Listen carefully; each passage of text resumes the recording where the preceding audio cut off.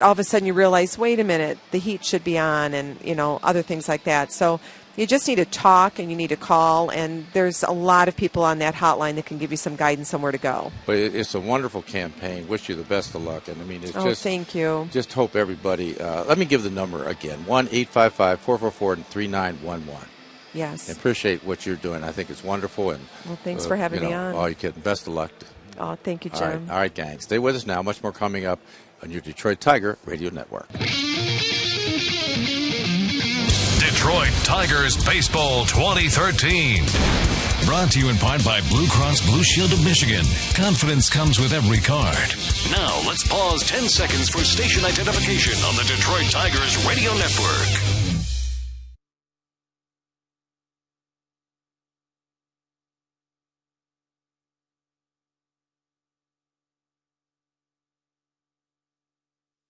Your summer should include some of this. A bit of that. And most importantly, one of these.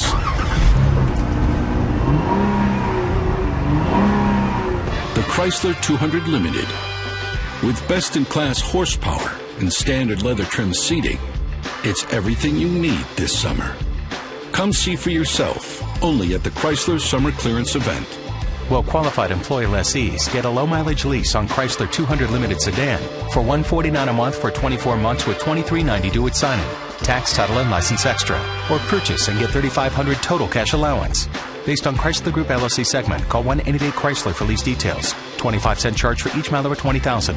Requires dealer contribution and lease through Chrysler Capital. Residency restrictions apply. Take delivery. Sam Studios and Shannon Hogan. But coming up in this one, Victor Martinez has a pretty good streak going right now. 12 straight in his hitting streak. Can he get a baker's dozen? We'll find out next. Tigers Sox coming up.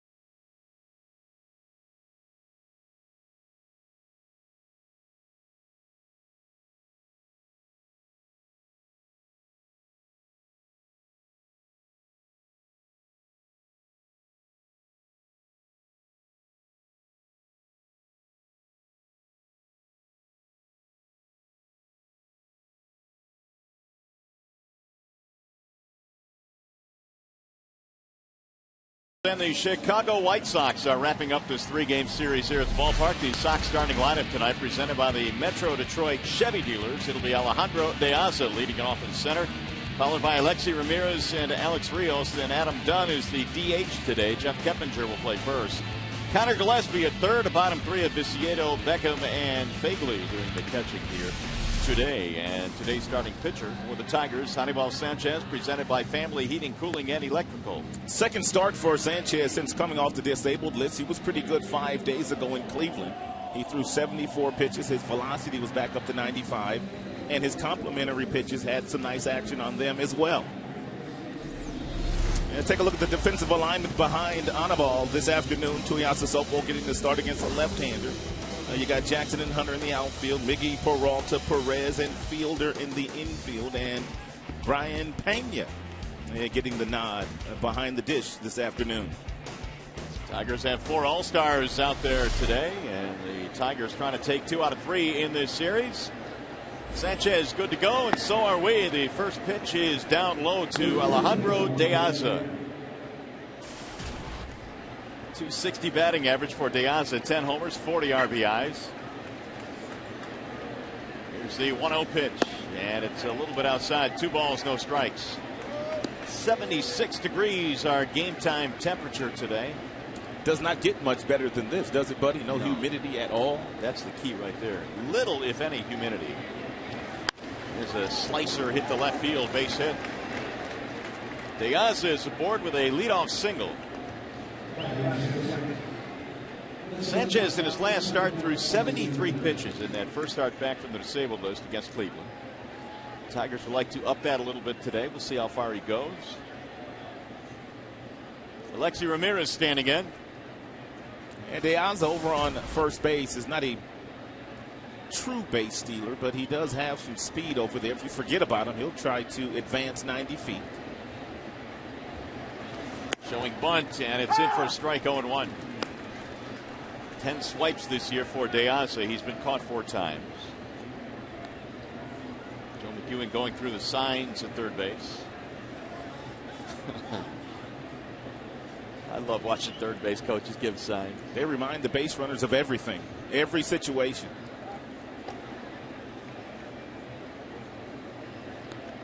Sanchez, in search of his 8th win of the season, came in with a 2.70 ERA, so his season has been every penny worth the contract that he got in the offseason this year from the Tigers. Here's the 0-1. Fouled straight back, no balls, 2 strikes. And take a look at Joe McEwen. Goes through the same thing every single time when relaying signs. He's going to tell the base runners, you look at all the infielders, you make sure you freeze on a line drive, and you get back. Did you ever have to coach third anywhere along the way in your career? I have coached a little bit of a third base back in my coaching days and when I was managing as well. Fouled away. Signs are tough. Yeah, and I wonder, do third base coaches actually practice in the mirror? Absolutely. And because you have everybody on the other side watching you, and if you continue to touch one spot too many times, or you eliminate one spot a few times and you go to that one spot when you want to put something on, that's when the other guys on the other side, they can kind of pick up what you're doing and steal your signs if you're not crafty over there. Just underway here. 0-2 the count on Ramirez. Leadoff single by De Aza. And the 0-2 runner goes. And a bouncing ball fair inside the bag at third. Just inside the bag. De Aza coming to third base. They're going to wave him home. He's going to come around to score. It's a double and an RBI for Alexi Ramirez. A well-placed ground ball just inside the bag. And Sanchez did not make the pitch that he wanted to make there to Alexi Ramirez. The count is no balls and 2 strikes. And the ball is too good a pitch to hit here. It's a breaking ball that doesn't do a whole lot. When you get ahead of Ramirez, you have to make sure you throw something that he can't handle. Appeared to be a really good call. That ball appeared to go right over the bag. Called fair by Will Little, the third base umpire. 2 batters into the game. The White Sox have a couple of hits and a 1-0 lead. Bring up Alex Rios.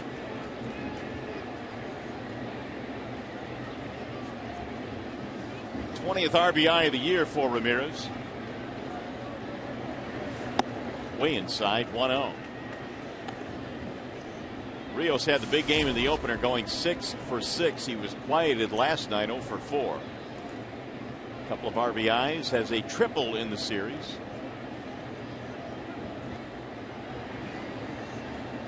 And the 1-0.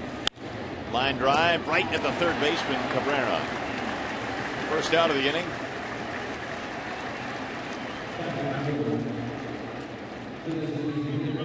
Bring up Adam Dunn. Sanchez has allowed 2 or fewer earned runs in 11 of his 14 starts this year. That's how good of a season he has had. He's given up an early run in this one. Dunn batting .210, has had a good series. 4 for 9.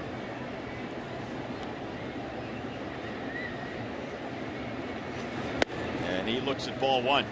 And Tigers have the shift assembled on Adam Dunn with 3 infielders on the right side of the infield. Miguel Cabrera, the lone member on the left side, and giving Dunn a free shot at driving in a run should he hit something towards shortstop. Heavy dose of balls hit to the pull field by Adam Dunn is the reason why they have this shift on him. 27 of his hits have gone to right field.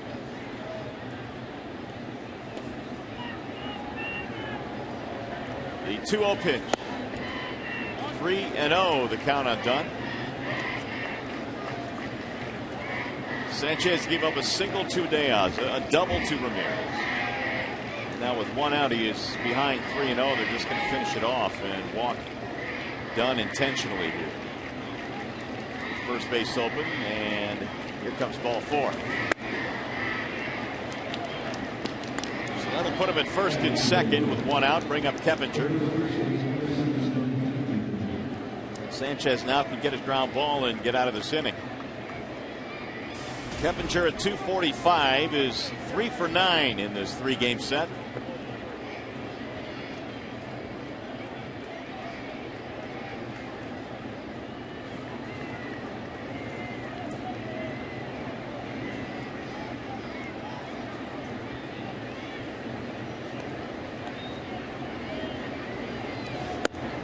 And there's the strike in the outer edge. Sanchez getting ahead.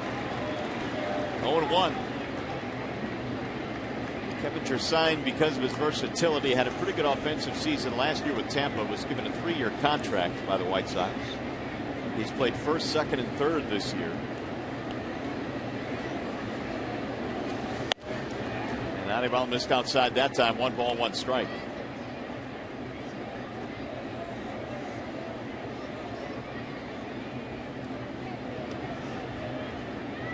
Keppinger this year batting .306 with runners in scoring position.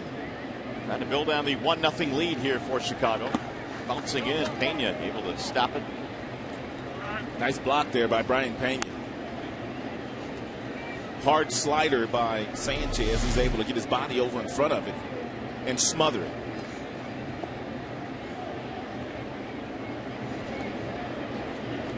Square in the chest protector. The runners at first and second. Here's the 2-1. 2 balls, 2 strikes on Keppinger.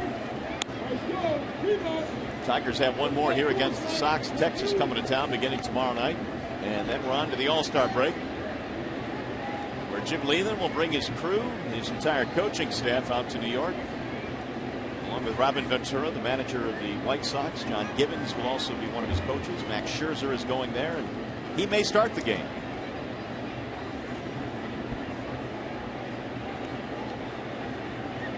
Here's the 2-2. Swing and a miss, struck him out. Sanchez comes back to get the second out via the strikeout. His first of the day. Change up here out of the hand of Sanchez, and he's one of a few Tigers starting pitchers that are right-handed, which all of them are. Not afraid to throw that change up to the right-handed batter. And it's really a valuable pitch for Anibal Sanchez. Connor Gillespie will stand in. 3 out of 10 in the series. And he looks at a strike, 0-1. Texas Rangers playing a night game tonight in Baltimore. And so they won't arrive here till Detroit to the wee hours of the morning. Hopefully they'll be a little bit fatigued. They're getting a nice scouting report today. I'm sure they're probably watching the telecast, the coaching staff, and seeing if they could find an edge. The 0-1 is a ball outside. 1 ball, 1 strike. Sanchez already now 20 pitches, but only 10 of them have been strikes. Yet a chance to get out of this inning with only 1 run. Good pitchers like Sanchez, if you don't get them early and they give you an opportunity to do so, you kind of kick yourself, because once they settle in, you're not going to get them. That's into left field for Tuiasa Sopo, and that will end the inning. 1 run in for the White Sox. Coming up for the Tigers in the bottom of the first, Jackson, Hunter, Cabrera, the top 3 in the Detroit lineup.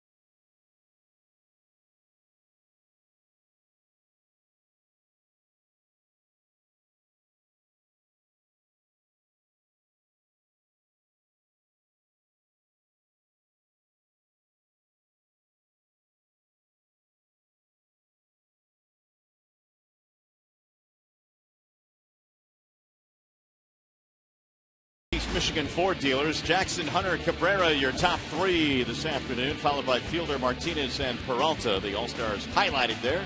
Tuiasa Sopo, Pena, and Hernan Perez, the bottom 3, and they are facing the left-handed offerings of Chris Sale. He's an All-Star this year. He's only won 5 games, no run support under 3 games, a 3-run support a game for Sale, which is the reason why he hasn't won many games. It's going to be a tough game for the Tigers today.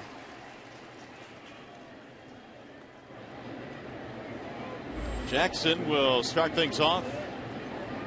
1-0 in favor of Chicago. Chris Sale goes to work, and he slings home a ball down low. Sale, just 24 years old, born in Lakeland, Florida, went to Lakeland High School. Here's the 1-0 pitch. So I'm sure he caught the Tigers growing up at Joker Marchant Stadium during spring training. 1-1 on Jackson. AJ 2 out of 9 in this series against the Sox. And that's in there, a strike. 6'6", 180 for the 24-year-old Chris Sale, the ace of the Chicago staff. Swing and a miss, and Jackson is disposed of, 1 away. And Tim Hortons will sponsor the starting defense for the Chicago White Sox this afternoon, and it reads like this: Viciedo, Deaza, and Rios in the outfield. Gillespie, Ramirez, Beckham, Keppinger in the infield. Fagley, who just came up about a week ago and also caught the opener, is putting down the fingers today for Chris Sale. Torrey looks at a ball inside. Sale has just 3 pitches. He's got a fastball that can get all the way up to 97 miles an hour. He's got a really good slider, that back foot slider to the right-handed batters, and a plus changeup. There's the changeup, and it's got some outstanding fading action away from the right-handed batter. 3 for 9 for Hunter in this series. Here's the 1-1. In for a strike. Sale working at a quick pace has struck out Jackson. He's ahead of Hunter.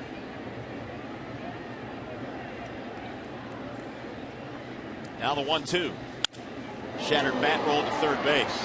Picked up there by Gillespie. Hunter is out, 2 gone. How far did Florida Gulf Coast University go in the NCAA tournament? Did they get all the way to the Final Four? In hoops this year. In hoops? Yeah, he went to that school. You know, it's that Cinderella team this year. I don't know how. I don't remember how far they got. That's a good. It was a great story. Sweet 16, we're told. Yeah, it was a wonderful story. I remember watching those guys because they beat some pretty good schools. They beat some really good schools. Here's Miggy. That's where he pitched his college ball, Chris Sale. That coach parlayed that into a real good deal. He went out to USC. It usually happens that way. There's a check swing. Did he go? Yes, he went around, said Jeff Kellogg. Cabrera's just sitting there going, huh? He's leaning on his bat right now. He can't believe it. Ooh, man, I don't know. 1-1. Swing and a miss. When you look at Cabrera's numbers against opposing pitchers, even against aces of the other team staffs, they're usually pretty good numbers, but he's just 1 for 11 against Sale, who gives a lot of people fits. And a swing and a miss. Down he goes. Struck him out. Sale strikes out 2 of the 3, and we go to the second.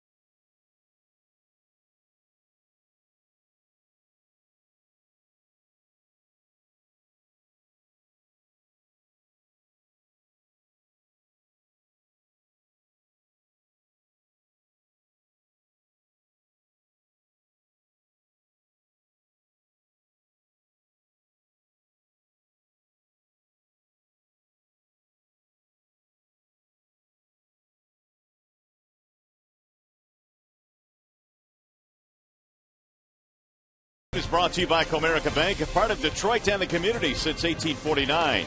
Ram trucks engineered to move heaven and earth. Guts, glory, Ram.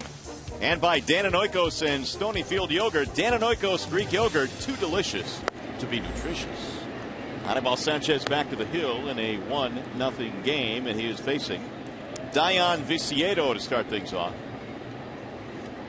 Beckham and then Fagley to follow, and a wave and a miss. 1-1. Good location there with the breaking ball, and that's exactly where you want to stay against Viciedo. You want to stay away from him off the plate and see if you can get him to chase something.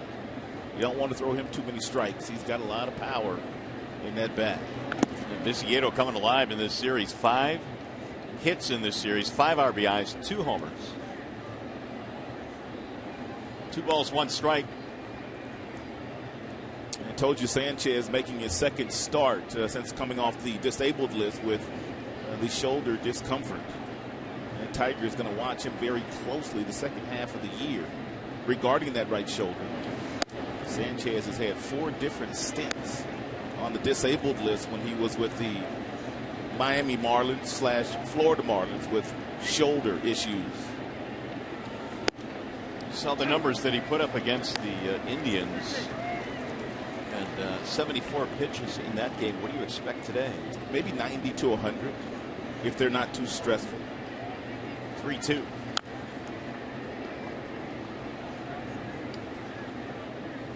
Viciedo with 7 home runs now. He is well below the pace of last year. This season, Viciedo hit 25 home runs. That one hit him. And so he is aboard. It was not a crisp first inning for Sanchez, despite the fact that he gave up just 1 run, and now he hits the leadoff man here in the second. Sanchez doesn't hit many. This is only the second batter that Sanchez has hit all year. Where'd they get him the shirt? And the first batter that he hit was just 5 days ago when he hit somebody from Cleveland. Oh, here's Beckham. Checked it, and he went. Said Chad Fairchild, the home plate umpire. Beckham's is coming off the disabled list, as you can see, is putting up good numbers. .340 batting average. Homered in last night's ball game off Bruce Rondon.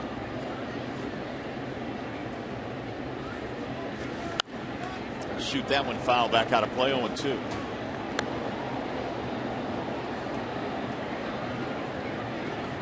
Gordon Beckham, a former #1 pick of the Chicago White Sox out of Georgia. Spent a little over a month on the disabled list this year. Here's the 0-2.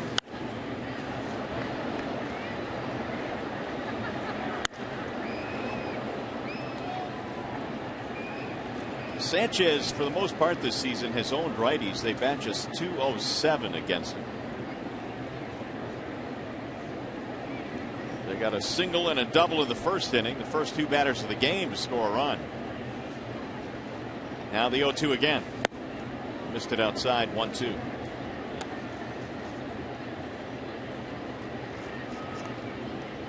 Anibal, had he not gone on the disabled list, could have made a case to make the All-Star team. Here's the 1-2. And it's just outside. 2 balls, 2 strikes. For a while there, just about everybody in the Tigers rotation was on pace to being considered for the All-Star game. Sanchez for sure. And Doug Fister, last couple times out there, has had some rocky starts, but he was pitching well enough early on that his name was getting mentioned.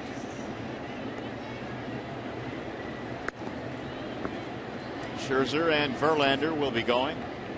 Jim will have a decision to make now. The fact that Yu Darvish is on the disabled list, it'll be up to Jim to decide who he wants to replace Yu Darvish. And Jim said he was poring over the numbers with his coaches last night to try and find that replacement. Ooh, good pitch. See you later. Beckham is out of there. Second strikeout for Anibal Sanchez.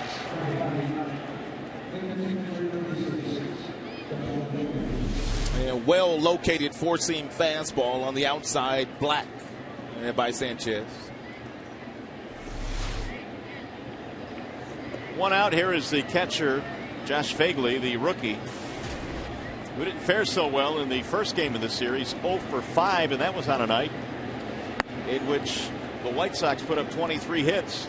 Yeah, they gave him a steady diet of breaking balls. He was having a really solid season in Charlotte, their AAA affiliate, putting up real good numbers, and it's a good fastball hitter. And so they simply threw him lots of off-speed stuff a couple of nights ago.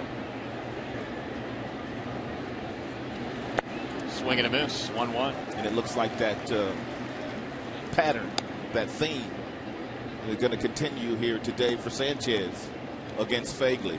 So when you have young guys come to the big leagues and they consistently fail to hit the breaking ball, do you just keep pounding it in? Well, you keep throwing it. Then you show them a fastball up and in off the plate. Then you simply go right back outside with more good off-speed stuff. Driven in the air toward left field. Tuiasa Sopo going back. Edge of the warning track to pull it in. See, that was a breaking ball there out of the hand of Sanchez, and it wasn't a very good one. And Fagley nearly hit it out of the ballpark. Now, he does not get this pitch where he wants to get it. It's a fastball that kind of sneaks right back over the heart of the plate, and it's right down the middle.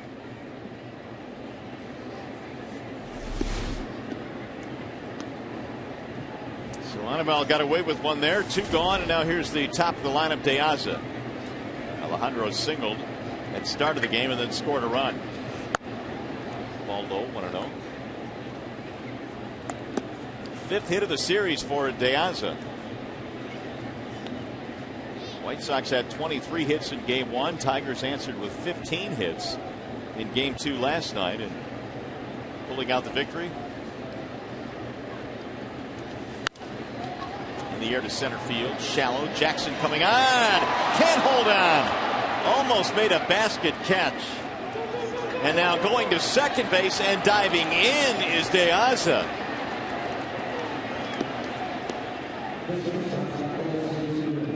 Second and third, 2 outs.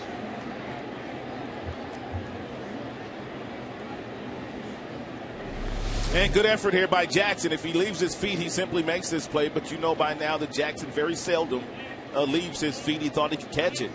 And good base running by De Aza. Once he figured out that Jackson didn't make the play and the ball was behind him, he forced the issue and just simply stopped and then started up again to get himself into scoring position. So now here is Alexi Ramirez with runners at second and third. Right back to the middle, fielded there by Perez, and that'll end the threat. No runs, a hit batter, a hit, and 2 men left.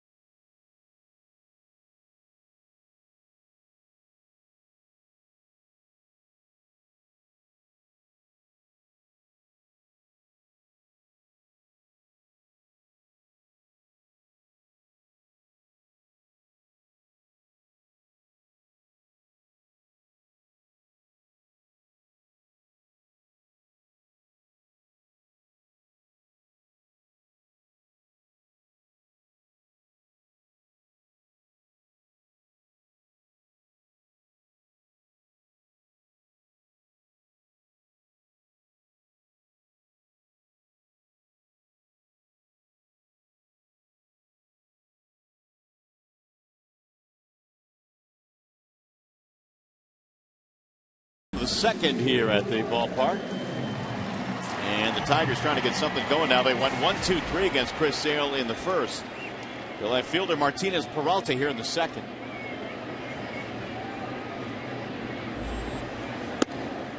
In for a strike, 0-1 on Prince.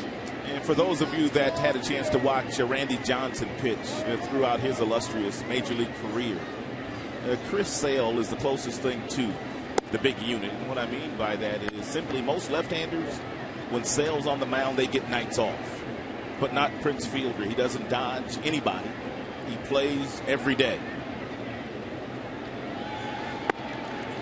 Ball outside, 2 balls, 1 strike. Well, he does do that, and today is 434 consecutive games for Prince Fielder. Barry Bonds is the only left-hander that used to play with regularity against Randy Johnson. There you go. Base hit right back up the middle. Tigers had their first hit of the game. Real good swing by the Prince. Not trying to do a whole lot, knowing how tough Sale can be from that arm angle that he throws from. And Prince with a very short quick, compact swing. Hit one right back through the gut.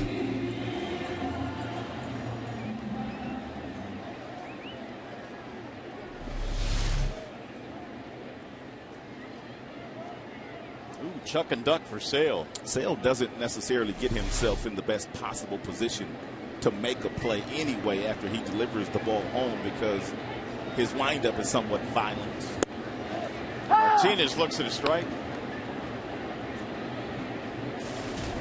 Victor right now 12-game hit streak. The average all the way up to 254. He's had a nice series. 5 hits in this series.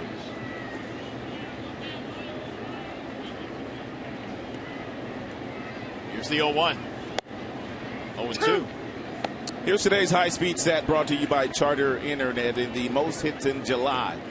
And Victor Martinez, second only to Adrian Beltre, Desmond Jennings, Kyle Seager, Torrey Hunter, and Gordon Beckham also on that list. Guys off to real good starts. These guys don't want to see the All-Star break come. Busted him inside and missed with it. 1-2. Always wondered about that, guys that are hot and all of a sudden you get that 4-day break for the All-Star game, then you crank it up again, how that has an effect on your swing. Guys will take the break because it's well needed at this time of year, but guys like Victor, they just soon keep on playing. Now the 1-2. Rolling foul.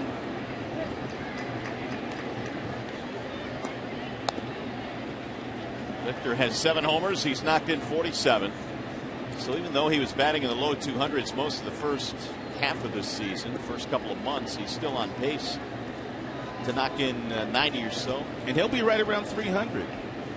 And when the leaves turn brown, career 300 hitter from both sides of the dish.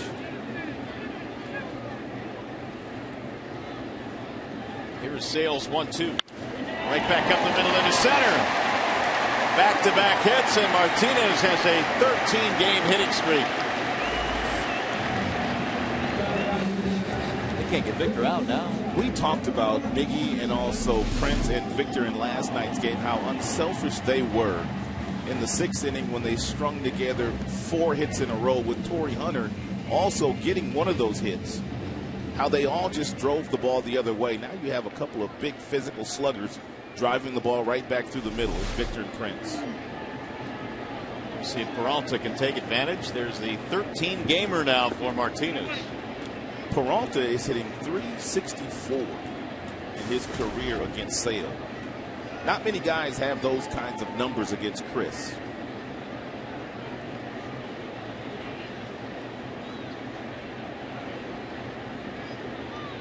Sale made the transition to full-time starter last year in the rotation for the White Sox. 29 starts. And there was some thought that down the stretch this young man might wear down because of his slight build, but as you look at some of the splits, his ERA was a little bit higher in September, the final month of the year. But by and large, he got through the season in pretty good shape. Pitched nearly 200 innings. 2.96 ERA as a starter in his career. Break outside, 1 ball, 1 strike. When they drafted him a couple of years ago in 2010, he was a first-round draft choice. Kenny Williams got on the phone and he called Chris Sale and he told him, we need you to sign now because our goal for you is to be in the big leagues before this year is over. He pitched 11 games in the minors and he was on his way to the big leagues. 1-2 the count. And that's kind of unheard of. You need more than 11 days in the minor leagues, but that's all Chris needed. Well, that's pretty much going from college to the major leagues. A brief stop in the minors. But he's been pitching at a high level since arriving in the big leagues. Made 58 appearances out of the bullpen in 2011. And then made the conversion last year to the rotation. Blocked there by Fagley. 2 balls, 2 strikes. Tigers must put a run on the board in this inning against Sale. With the kind of stuff that he has, if you get a couple runners on with nobody out, somehow, some way, you've got to push a run across the board against him in this inning. Johnny, one of the few guys in the Tigers lineup today that has done some pretty good work against Sale.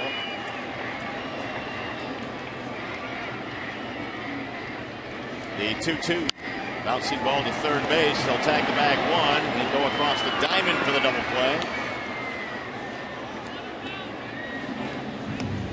2 gone.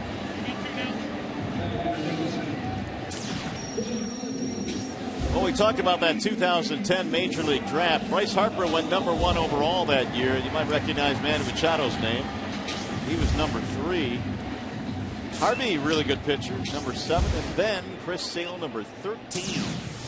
All 4 of those guys that we're showing you right there, all going to New York. They're all all-stars this year. 2 high school kids on that list, too, and Harper and Machado. Pretty impressive. 2 outs now for Tuiasa Sopo. In their first strike. A nice little wraparound breaking ball there out of the hand of Sale at 76 miles an hour. Tuiasa Sopo has homered in the series. Matt batting .342.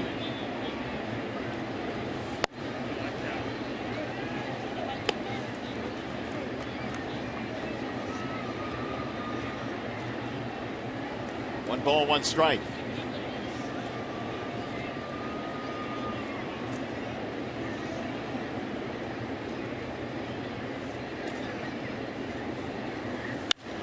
Driven to right field. That ball is up. It's back to the wall and gone. It's out of here. A home run. What a year Tuiasa Sopo is having. Can you believe this guy? No. Tuiasa Sopo has 2 homers in the series. No, I don't. And that is 6 now for the season, which is a career high.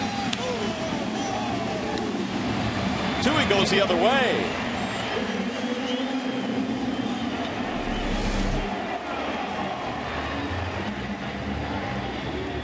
Beautiful piece of hitting.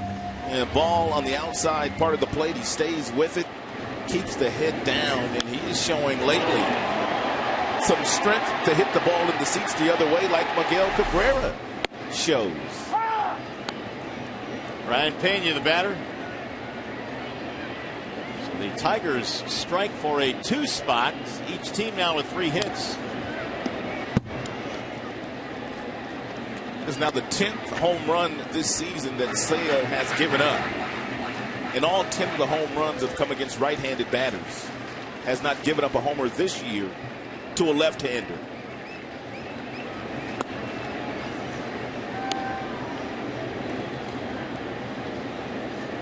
Tuiasa Sopo showing strength to the opposite field. 2-run shot to give the Tigers their first lead. Pena hits it off the end of the bat foul.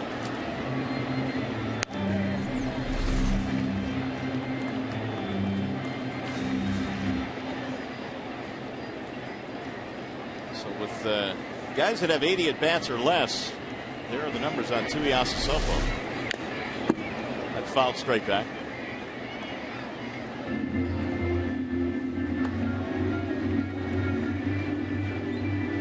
Flashing a big smile right now. 96 miles an hour that ball came off the bat. Here's the 1-2. Yank foul. Sale just cut right through the Tigers lineup in the first inning, but here in the second, 3 hits, including the homer by Tuiasa Sopo.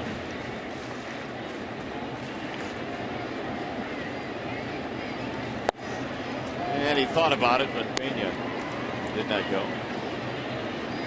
Ironically, Sale is 5 for 5 in first pitch strikes in this inning. He was 0 for 3 in his 1-2-3 first inning. Chopper toward third foul. Talking to Lloyd McClendon before the game today, and he said his message to his guys was you simply have to grind out some at-bats against Sale. You have to make him work for everything that he gets. You have to make it tough on him. Don't give him anything. Pena's making it tough on him right now. He's run the count 3-2. Bryan starting for Avila today.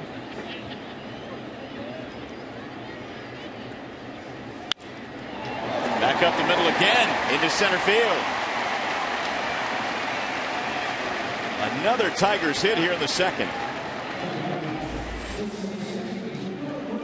He's going to break up Hernan Perez. And the one thing that Sale does not do and has not done is he's not pitching inside a lot. And usually he gets away with throwing everything away. Fastballs away, changeups away, breaking balls down and into the right-handers. But every single ball he's left over the heart of the plate, Tigers right-handers and Prince Fielder has hit right back through the middle.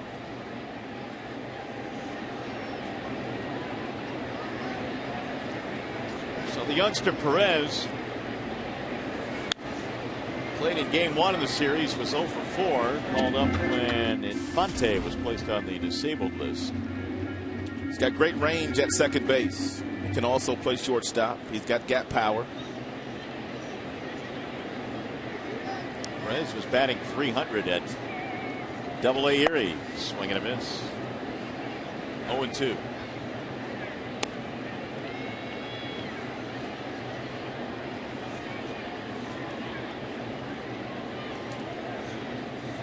But Poppy hit 4 home runs this season, knocked in 35.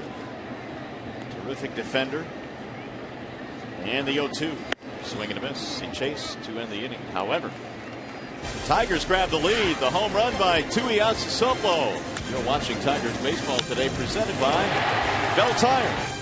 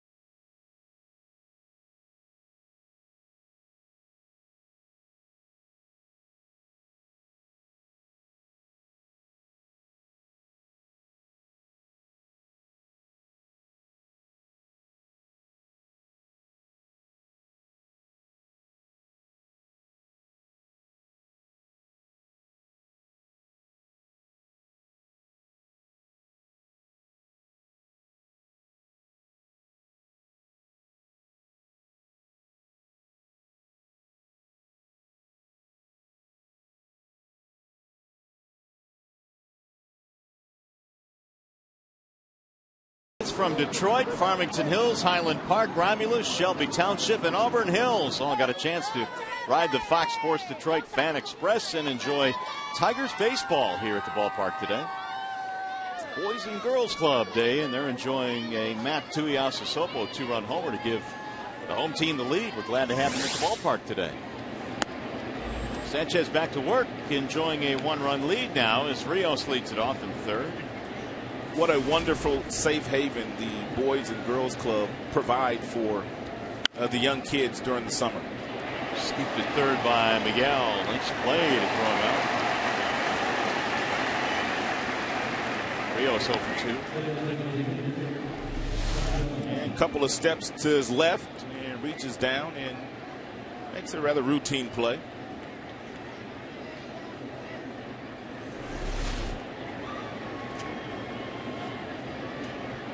By the way, the Youth of the Year, Drew Dickens, was interviewed by John Keating on Tigers Live pregame show today.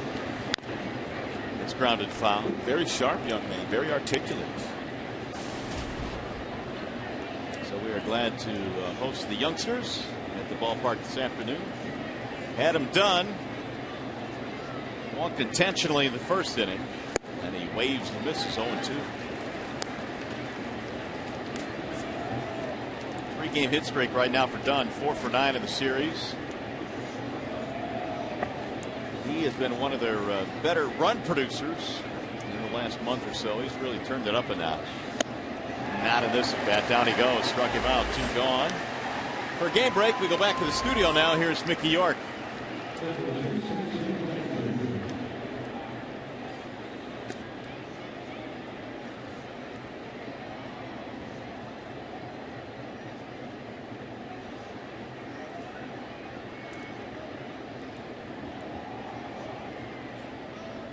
All right, Mick, and as we look at the American League East standings, Boston ahead of Tampa by 3.5, Baltimore 5.5 back.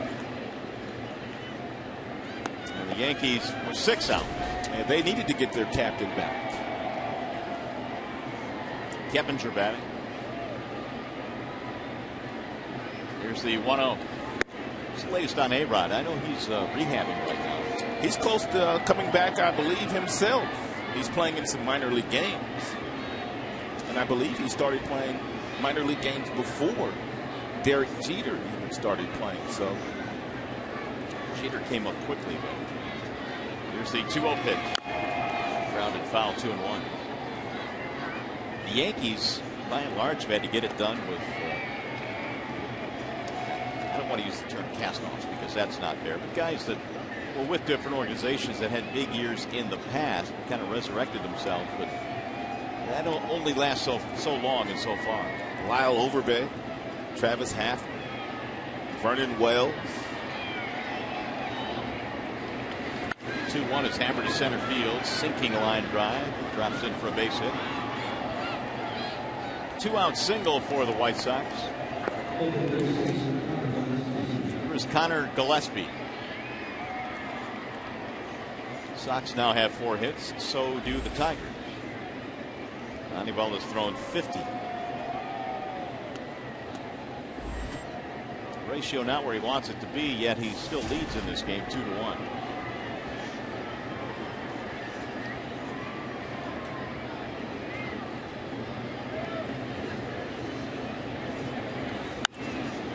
Back out of play 0-1 on Gillespie. Flat out his first time up. He is homered in the series. Former first-round pick of the San Francisco Giants. Gillespie made his mark in the Cape Cod League, which is the famed wooden bat college league that's played during the summer. And if you do well there, you will be noticed, and he did well. In fact, he was the MVP of that league in 2007. 0-2.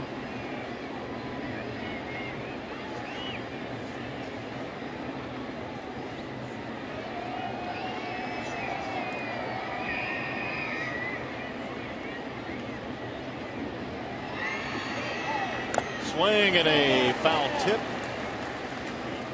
Got a piece of it. Gillespie still alive.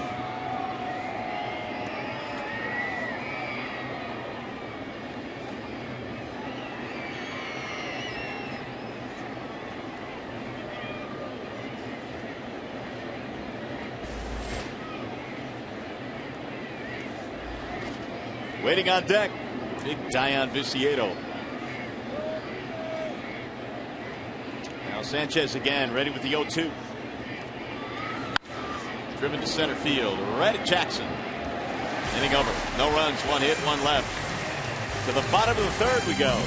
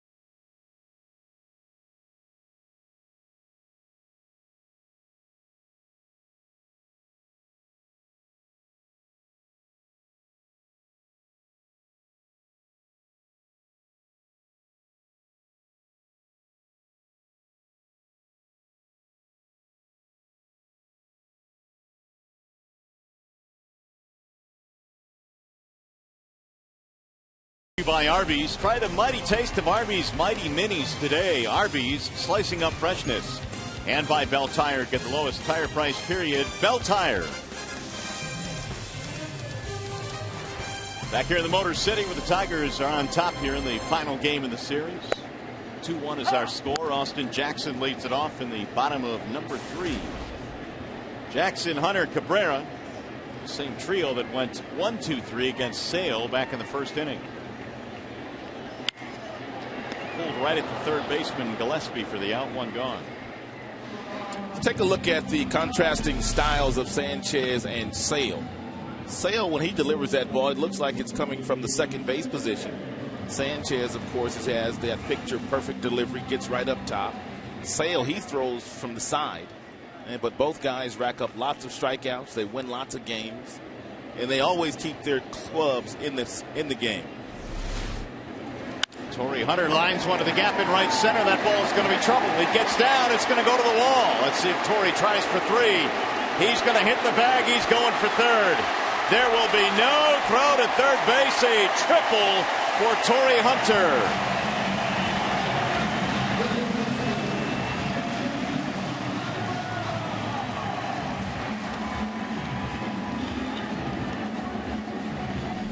Tigers hitters have a great approach today against Sale. Everything that's away, they're simply taking it the opposite way, which Torrey does in the right center field, and that's Triple's alley out there. Torrey Hunter runs more than any position player that Tigers have on their current roster. He was out early today at about 10 a.m. running sprints in the outfield. Runs a lot. Miguel Cabrera struck out in the first inning, trying to knock in the runner at third with less than 2 outs. Infield creeping in a couple of steps. It's 2-0 on Miguel. 1 for 12 career against Sale. 2-0 pitch is fouled into the glove. 2 balls, 1 strike. 93 RBIs for the Tigers slugger. Outside shot of getting to that century mark before the All-Star break. See 2-1. 3-1 on Cabrera.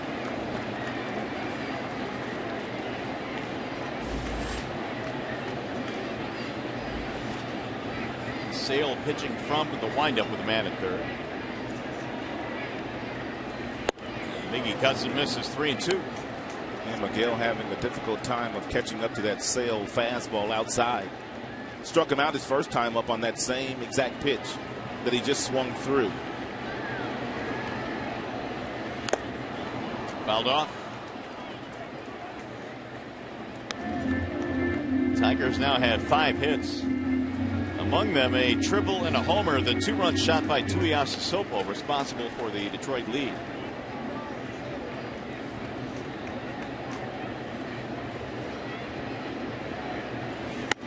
Inside and high, straightened him up, and he walked him. Put 2 men on. Just a reminder as you enjoy a cold one to look forward to Miller Time later in today's game, brought to you by Miller Lite. Sale has his first walk of the game. We'll see what Prince can do. Prince shot one right back up the middle back in the second inning for a base hit.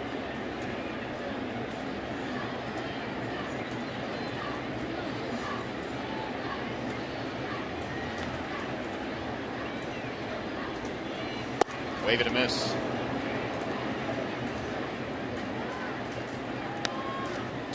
Prince does nice work if you go all the way back to the beginning of last year after a Cabrera walk. He's driven in 43 homers, and the batting average is above 300 with an on-base percentage of over 4. Grounded to first. That's a fair ball. There's 1. Way to go, baby! And 2. A double play. Hit hard right at Keppinger, and that's going to end the inning. So the Tigers get a triple but do not score.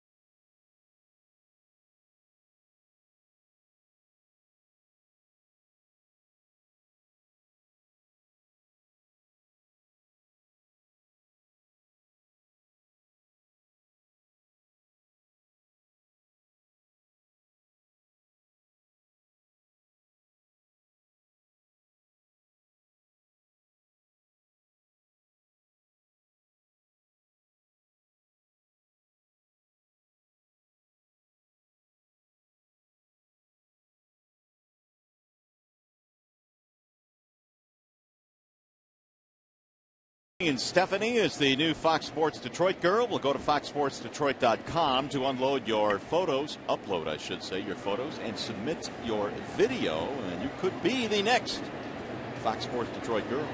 Sanchez back to work. First pitch. Grounded to second base, right at Perez. Well, nothing like a one pitch out. One away here in the fourth. That'll bring up Gordon Beckham. Beckham, a strikeout victim, back in the second.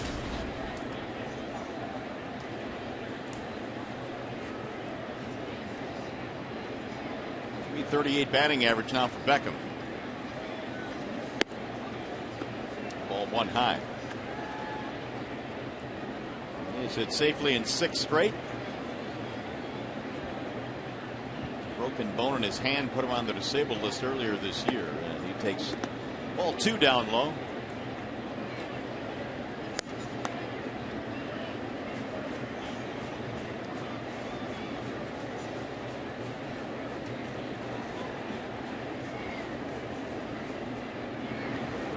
Way outside, 3-0 the count on Beckham.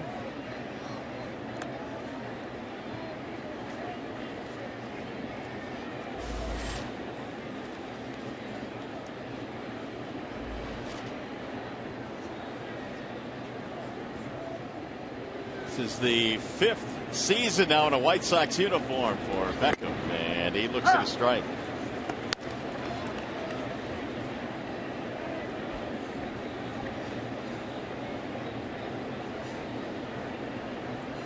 Sanchez ready with the 3-1 pitch.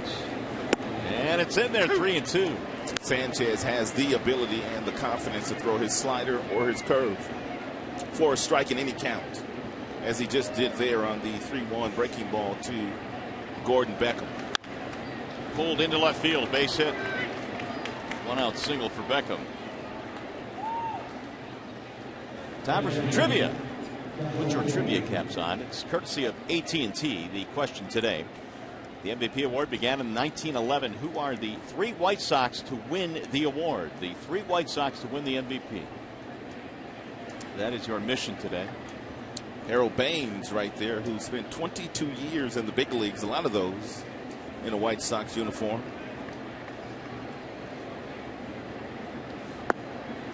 And a ball down low to Josh Fagley. Flied out back in the second. So Fagley now is 3 for 16 in his major league career. Ball high, 2-0. Sanchez just has not had the crisp control today. He has thrown 63 pitches, 37 of which are strikes.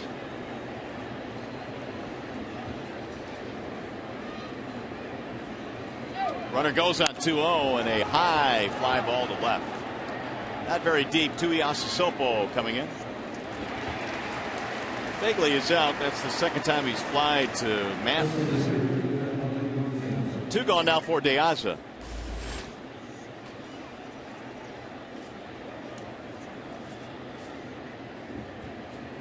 Tigers able to get another win against the White Sox last night, and the Sox now have lost 10 of their last 13. And they've not had much luck here. 4-16 at Comerica Park since the start of 2011. Cleveland also lost last night in Cleveland to the Blue Jays, so the Tigers were able to increase their lead back to 3.5 games. Whistled back out of play, 0-1. There are a lot of people that believe the Cleveland Indians are going to be there the entire year this season, not going to fade down the stretch as they have done the last couple of years.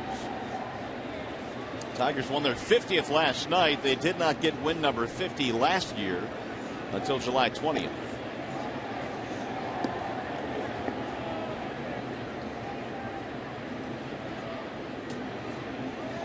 One on De Aza, who has had a nice day already, single double.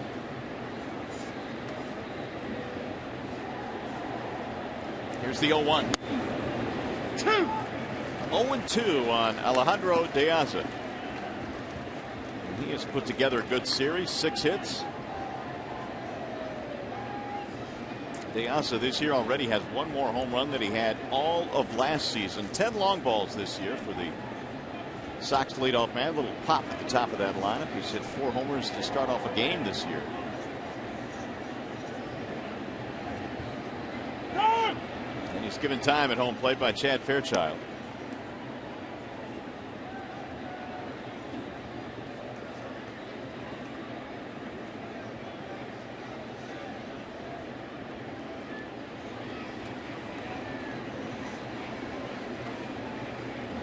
Two 2-1 Tigers lead. They got 2 in the second on the home run by Tuiasa Sopo. Ramirez doubled in a run in the first for the Chicago run. High ball 1.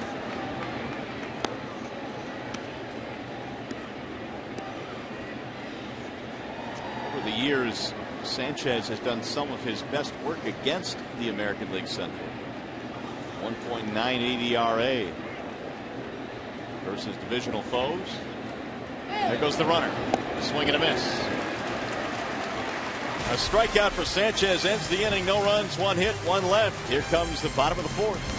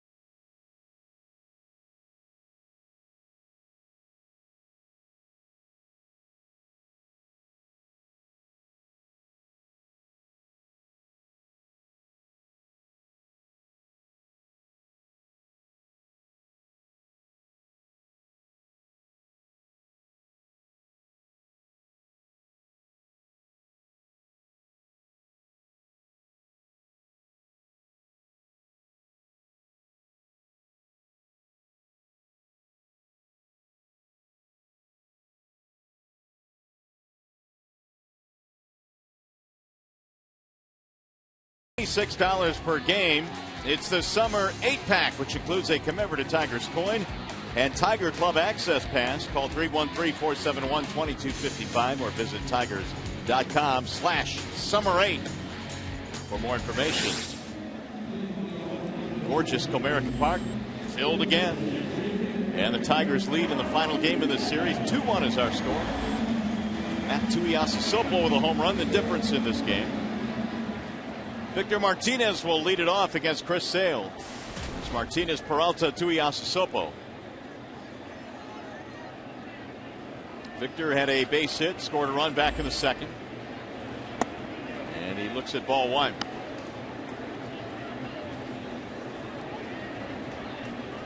Sale had 192 strikeouts last year. Swing and a miss there, 1-1.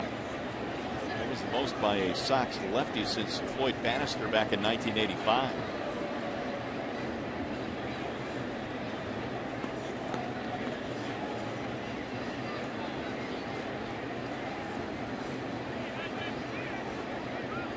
Now the 1-1 coming home. Driven down the left field line. That ball is going to go up over the wall. It's a ground rule double. Victor Martinez is some kind of locked in right now. And it could not have come at a better time. And it really doesn't matter which side of the dish he's swinging the bat from, left-handed or right-handed, or who's on the mound. His swing right now is as good as it's been all year.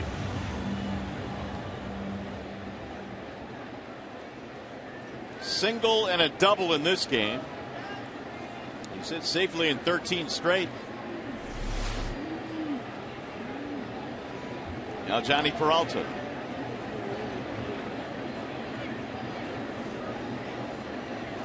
Tigers have bounced into 2 double plays in this game, one off the bat of Peralta.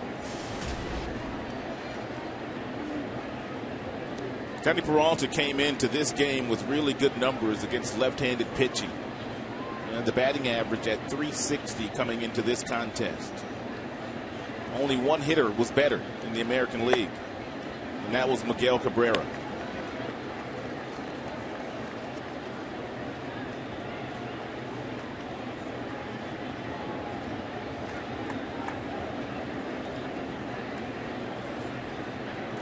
Also one of the better hitters at home this year in the AL. 345 at Comerica coming into play today. He's ahead 2-0. Sale missed it outside. 3 balls, no strikes. You just wonder if Jim might want a green light Johnny here with the success he's had against left-handers and also the success that he's had against Chris Sale in his career on this 3-0 pitch.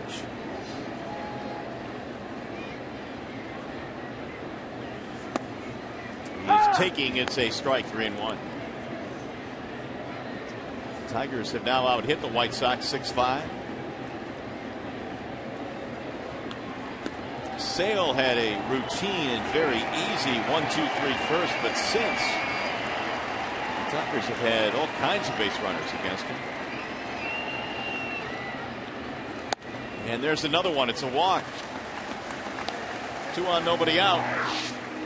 Time now for the Bernstein advantage. Get the Bernstein advantage. We go to bat for you. Here's a list of guys with 300 strikeouts and an ERA of .300 or lower in the first 45 career starts. And this is some pretty good company here. You got Sale on that list. Dwight Gooden is on that list. Steven Strasburg. Mark Pryor. A promising start to his career before he was injured so often. And Hideo Nomo. Now Sale in some hot water again here in the 4th. This guy got him last time. Tuiasa Sopo, a 2-run homer. He hit it the other way.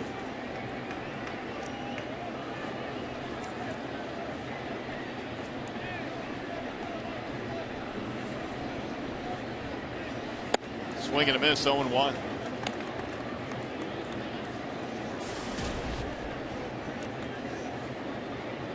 Matt now has hit safely in 5 consecutive games. That batting average at .351.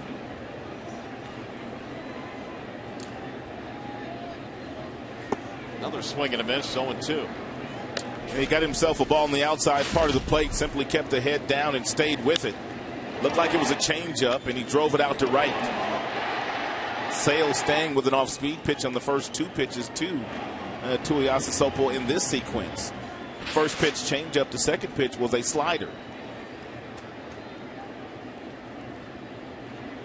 And the 0-2. Low and in, 1 ball, 2 strikes. Sale was the first member of that 2010 draft we were talking about to reach the big leagues. Only 11 minor league assignments.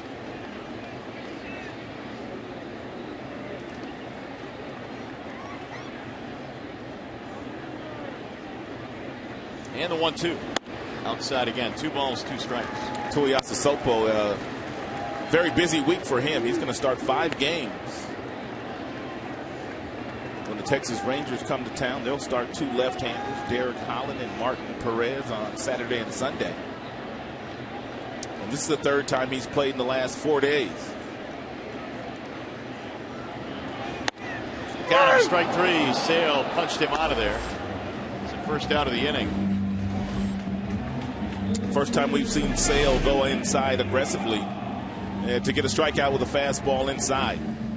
Every other fastball he has thrown has been away from the Tigers hitters. All the base runners the Tigers have had here in the first 4 innings of this game, it's kind of surprising they just have a 1-run lead here, 2-1. Pena can do something about that. He had a single back in the 2nd.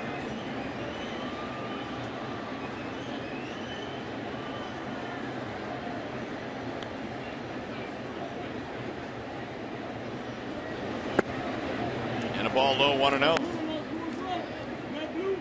Tigers have stranded only 2, though, in this game. They've hit into a couple of double plays. That's part of the reason. The White Sox have left 6 against Anibal Sanchez.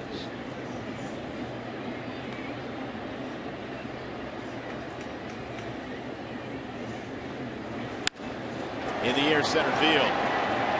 Diaz has a lot of room out there. And the runners will hold. 2 gone. It's going to bring up Hernan Perez, who struck out his first time up.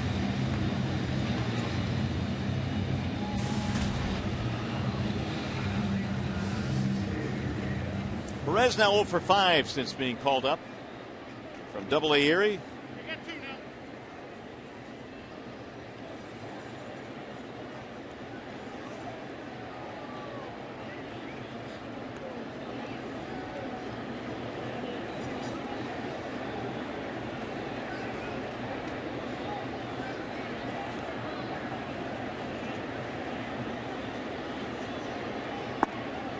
Ball 1 low. Perez, known as a terrific defender, last year in the Florida State League at Lakeland, he led the entire league in fielding percentage. This year with the bat was hitting .300 at Double-A. Now the 1-0.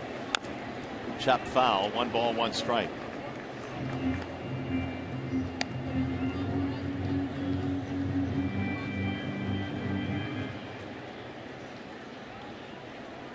Tigers got a leadoff double, then a walk, but those 2 runners still planted with 2 outs. Sale trying to pitch out of yet another jam. And the 1-1. Ground ball left side and into left field, a base hit. Martinez coming around. Here's a throw to the plate. He is out at home plate. Viciedo can really throw from that left field position.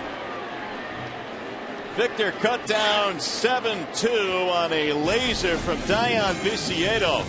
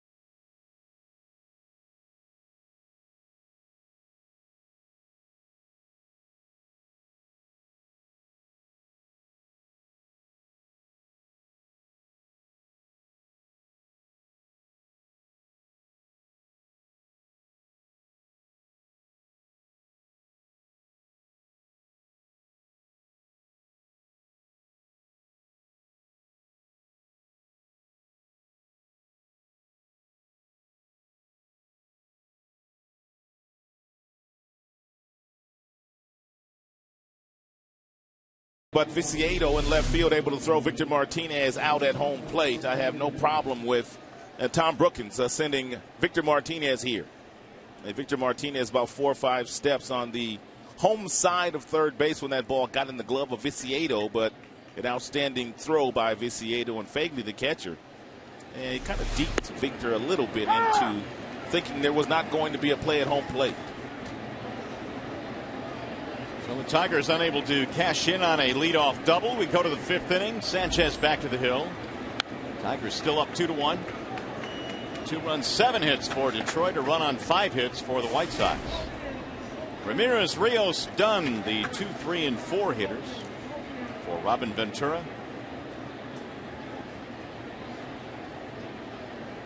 The 0-2. Ground ball to second. Perez backhanding it.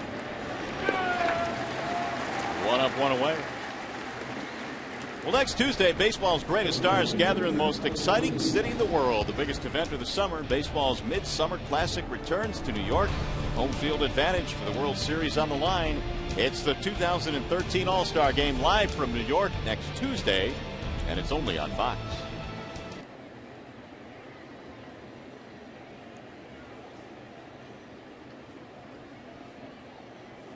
Herm Schneider, longtime trainer of the Chicago White Sox, looking at Alexei Ramirez. Looked like he may have tweaked that right hamstring running out of the batter's box on that ground ball. He's laboring right there. And limping as he crossed the bag. He plays every day. He's only had a few innings off this year. I think I read going into the 4th of July, he had played every single inning of the season. Good man right there, Herm Schneider, their trainer. Been around forever. 1-2 on Alex Rios.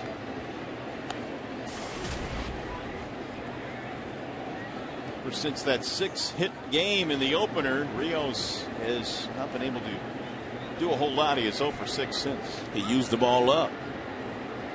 Now the 1-2. It's low. 2 balls, 2 strikes. Rios has not homered since June 9th. Power numbers across the board for the entire White Sox team are down, with the exception of Adam Dunn. And Dunn has his share, 24, no doubt about that, but really not a whole lot going on the rest of the lineup. Dunn waiting on deck. 1 out here in the 5th, 2-1 in favor of Detroit. And missed inside, and that's going to be a walk. 1 out walk for Rios.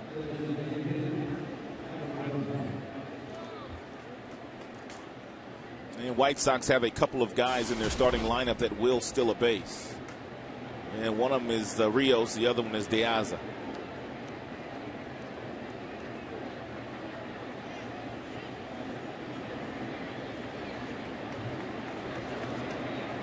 The shift is on for Dunn, who takes strike 1. Dunn walked intentionally in the 1st. He struck out in the 3rd. But in this situation, if you're Rios and you do steal and you vacate that base, the Tigers could walk Adam Dunn if they choose to do so. There's a throw. It is on the mark. He got him. Pena with a fist pump. What a throw. Rios is out. Pena's done nice work subbing for Avila. When Avila was on the disabled list, he was handling the pitching staff, and he makes a perfect throw right on the bag that Peralta's able to pick and apply the tag to Rios. Great call. 1-2 on Dunn. Rios thrown out for the 6th time this year. The percentage on Pena is 24%.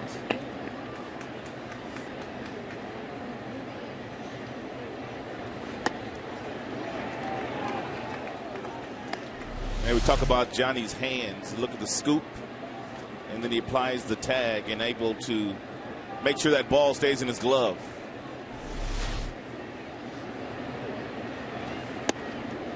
Just off the plate, and the count goes 3-2.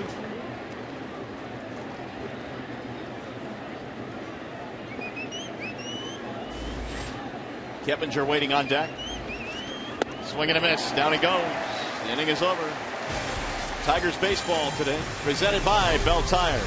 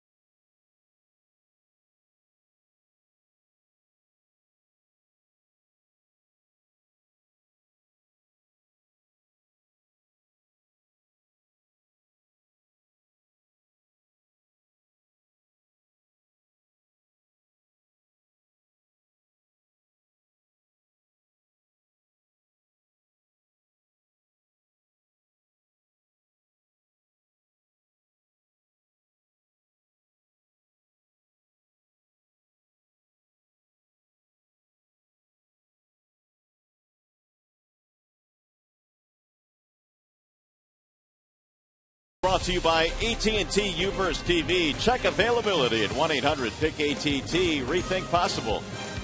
And by 5-Hour Energy Shots.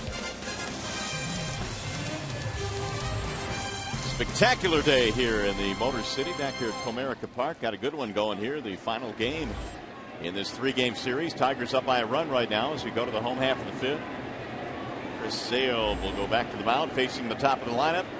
And Jackson looks at a strike, 0-1. Tigers have 2 runs, 7 hits. White Sox 1 run, 5 hits. Jackson 0 for 2 against Sale. No balls, 2 strikes. Detroit got a 1-out triple in the third but couldn't score him, and a leadoff double in the fourth but could not score. Every time Chris Sale takes the mound, he has to pitch the game of his life because his squad is averaging him just over 2 runs per start. Just over 2 runs per start, which is the lowest support in the majors.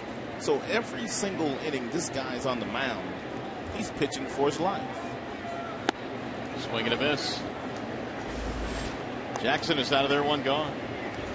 Take that a little further. Sale has not won a ball game since May the 17th. He has 6 losses and a no decision in that stretch, and he's gotten 1.6 runs of support. That is almost 2 months. How does that happen? I mean, it's really amazing how they just have not been able to score when he's on the hill. Torrey looks at his strike. But yet he is still recognized as one of the best in premier left-handers in the game.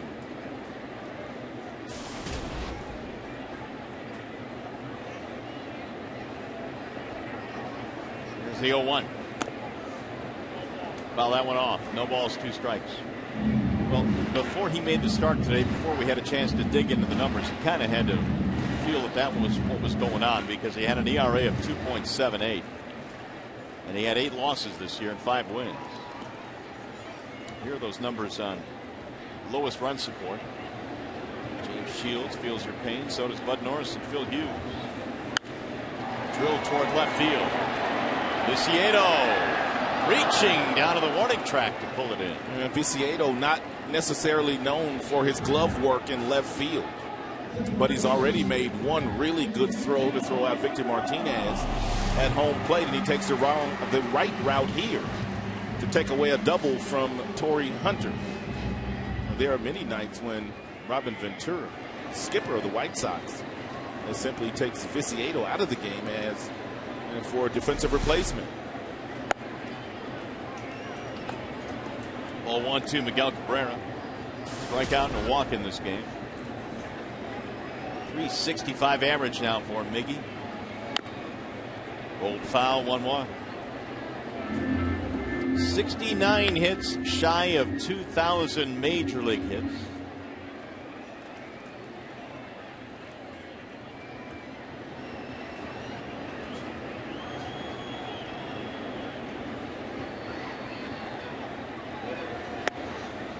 Strike called on the outer edge, 1-2. Miggy doesn't look real comfortable in the batter's box against Sale, and there are so few that you can even say Miggy not real comfortable against. 1 for 13 now against Sale in his career. I still would not bet against him, though. The 2-2 is rolled foul. That back foot slider, if he misses that pitch, it goes all the way down to the back foot of Miguel Cabrera. Randy Johnson used to have that wicked slider from that tall frame that he threw from that would get down to the back foot of the right-handed batters as well. Missed it away. 3-2 the count on Cabrera.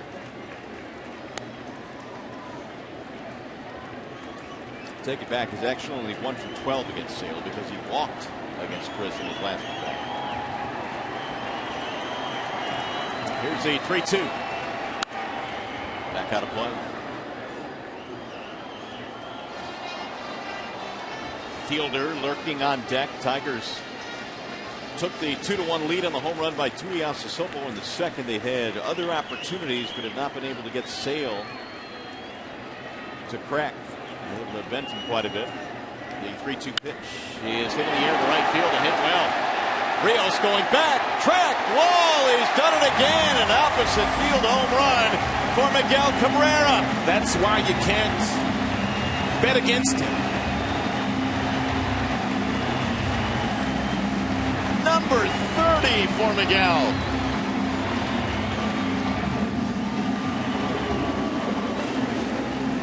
Homers at the break. Sale finally threw something that Miguel could get to. He tried to wrap that breaking ball around the plate outside, and Miguel simply stayed with it long enough and created the bat angle.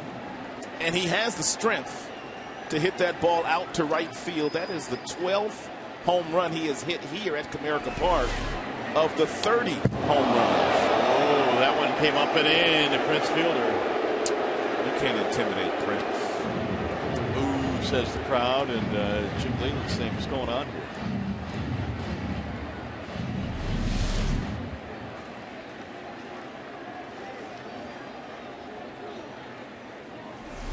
Want to know on Fielder. That's in there. 1 ball, 1 strike.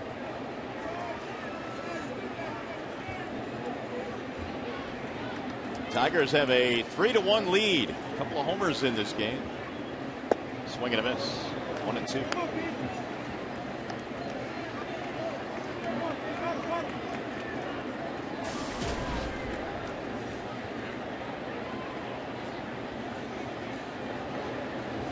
And down he goes. Fielder strikes out to end the inning. Tigers had 1 more, though, courtesy of Miguel Cabrera. 30th home run. And the Tigers lead 3-1.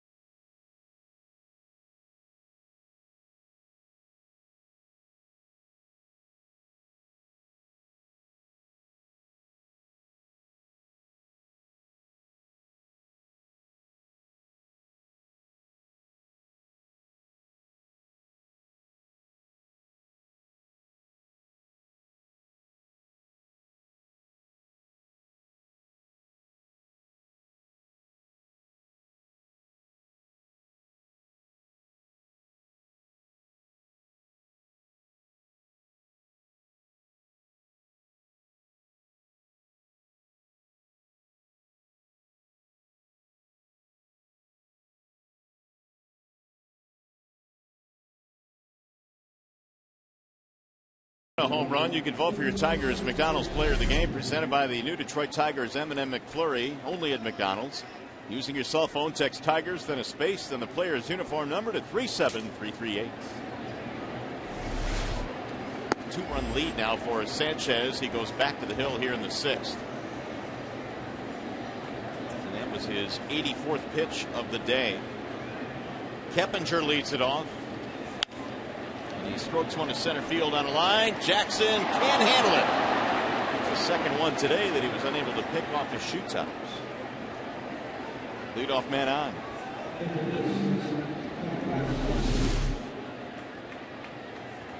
Oh, that one caught the heel. Whoa. He makes that play all day, every day, usually. That'll be an error. First one caught the webbing of the glove and then fell on the grass. This one caught him on the heel. There's Connor Gillespie. He tried to bunt, and Sanchez came way inside on him.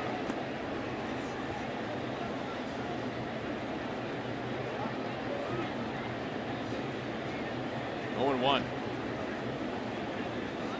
There's some action right now in the Detroit bullpen. Luke Peconin and lefty Phil Coke.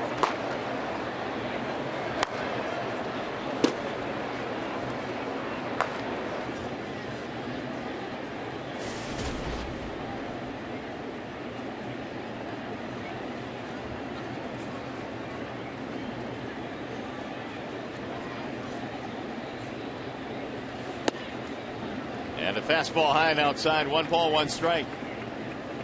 Gillespie, couple of fly balls, 0 for 2.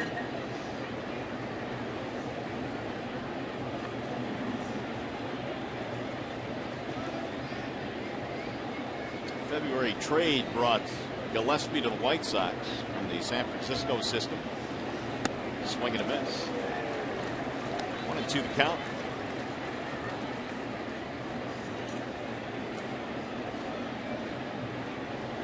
Tigers on the power of 2 homers today have a 3-1 lead. Tuiasa, Sopo, and Cabrera. Both homers the opposite way as well.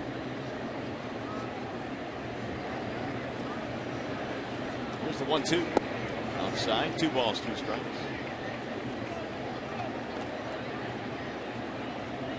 Anibal Sanchez closing in on 90 pitches here today. Jim will not allow him to go much beyond 90.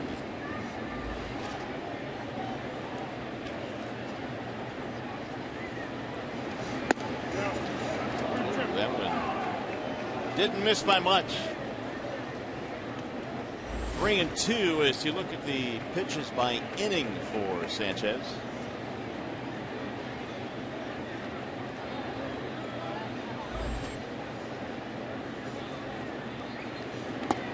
That bounces in. That's going to be a walk. And now some trouble brewing here in the 6th. 2 men on, nobody out. To the studio we go for a game break. Mickey York.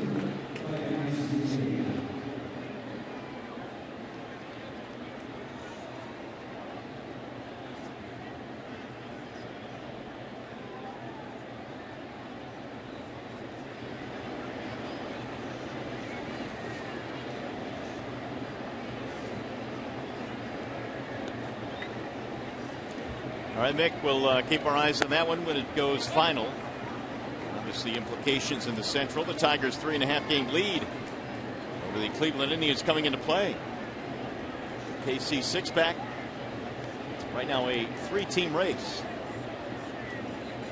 Here's the 1-0 pitch. Viciedo hits the ground ball foul. Sanchez in need of a ground ball here. An error and a walk have put 2 White Sox aboard. Tying runs are on.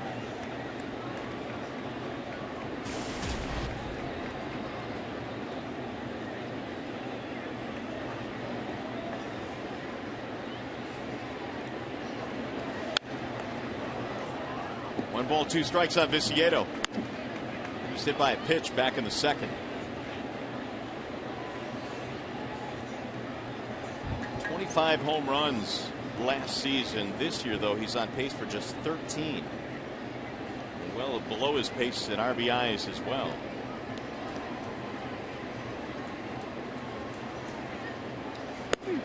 Strike called on the outside corner. Viciedo knew it. Back to the bench he goes. Tigers have thrown Viciedo so many breaking balls with 2 strikes. In the back of his mind, he's looking for another breaking ball, and he takes that well-located fastball at 93 outside for strike 3. 93 has been the top fastball so far this afternoon, according to Xfinity, who provides those readings for us. Now Beckham shoots one to right field. That's going to sink in for a base hit and load the bases. Beckham's 2nd hit of the game. And they are full now for the number 9 hitter, Fagley. Jeff Jones coming out. Tigers pitching coach.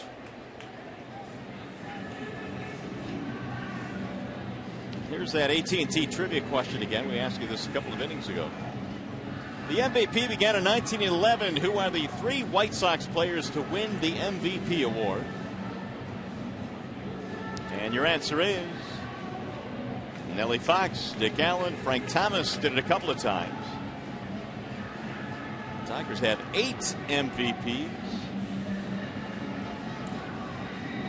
including most recently Cabrera and Verlander.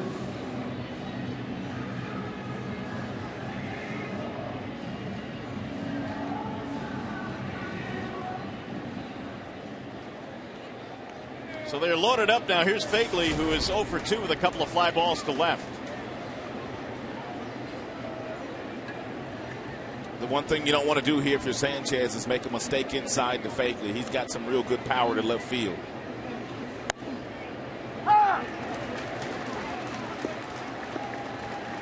Fagley now is 3 for 17 in his big league career. You slow that breaking ball down or throw that slider down and away, you could get yourself a ground ball to the shortstop for the 6-4-3 double play. 1 ball and 1 strike. Error, walk, and a single, loading the bases here for Chicago at a 2-run game. A rare error for Austin Jackson in center field, only the second he's committed this year. Foul back out of play. Now it's 1-2.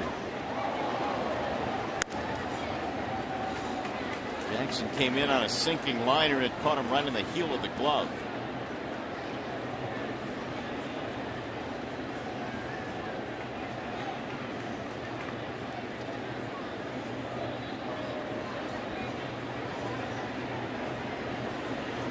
Here's the 1-2. 2 of Fagley's 3 hits are home runs. He has 4 RBIs. One of those home runs came against David Price.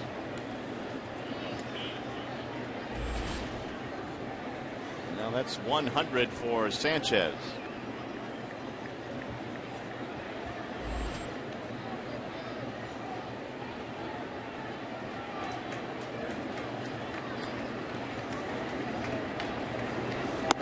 Way high. Now the count goes 3-2, and there's no more room for Sanchez.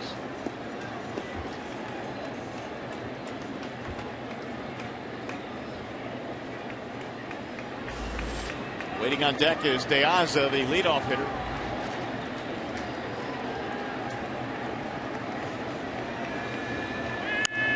Swinging a high drive into left field to Iyasu going back. Track wall. It's going to carry out for a grand slam home run. Josh Fagley now has 4 hits this year, and 3 of them are homers. And that one in grand style.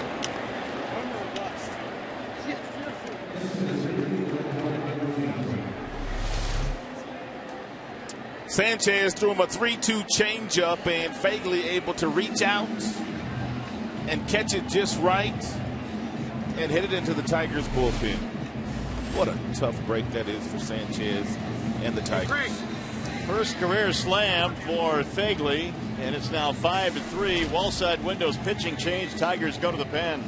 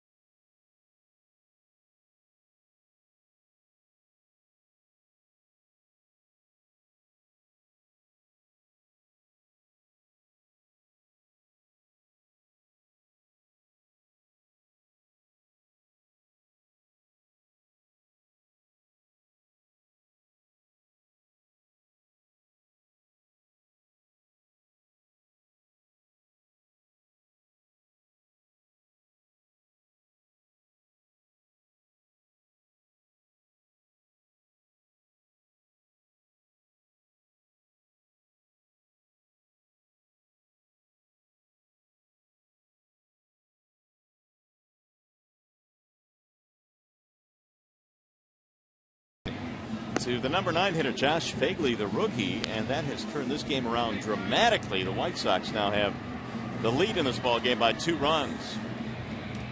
That'll be it for Anibal. He'll give way to the bullpen. That would be Luke Peconin. And Sanchez does not give up many home runs. Only the 5th home run that Sanchez has given up all season long.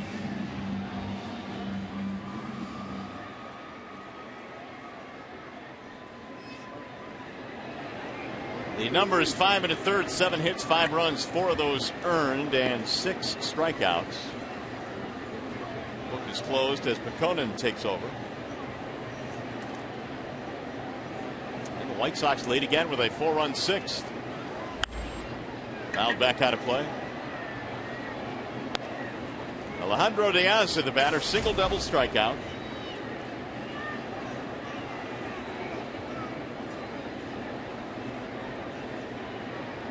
And 6 hits in this series. Peconin's 0-1 is popped up. Shallow left field, Tuiasosopo and Peralta, and it's Tuiasosopo.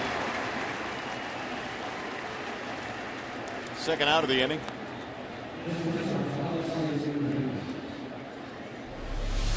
Here's that changeup out of the hand of Sanchez that Fagley hit for his first career grand slam. And Fagley talking about that pitch to his teammates. He said it had no depth to it. It stayed straight. Look out. That one's thrown behind Ramirez, who comes out pointing to Peconin. Prince was thrown at, it appeared, earlier in the game, and now Ramirez is hot as Peconin throws one behind him. And both benches will empty. And Jim Leland now is getting in the face of Ramirez, telling him to back off. Boy, Ramirez. Jim's been kicked out of the game. Leland is really hot right now. He's been kicked out. And he is still screaming, being held back by the umpires.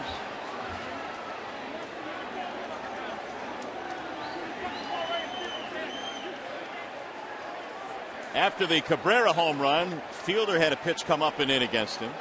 Now Peconin throws behind Ramirez, and the skip is fired up.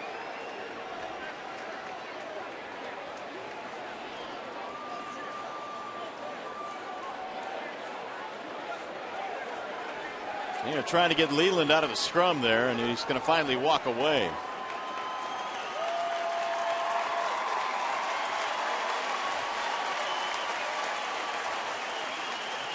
So Jim Leland will head back to the clubhouse.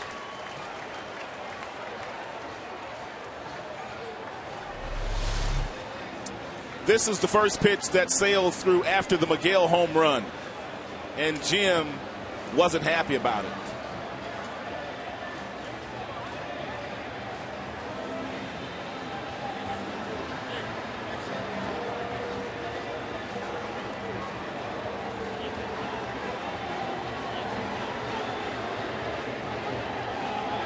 Jim pointing to his head.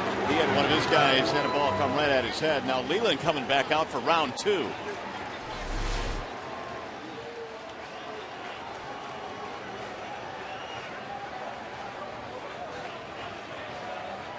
All 4 of the umpires convening here.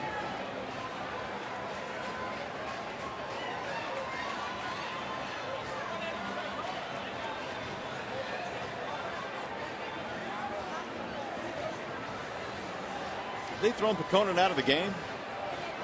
Were there issues, warnings issued? Peconin has come off the mound.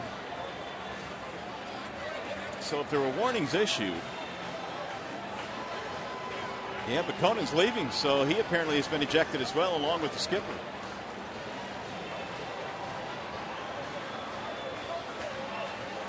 Bullpen's heading back out.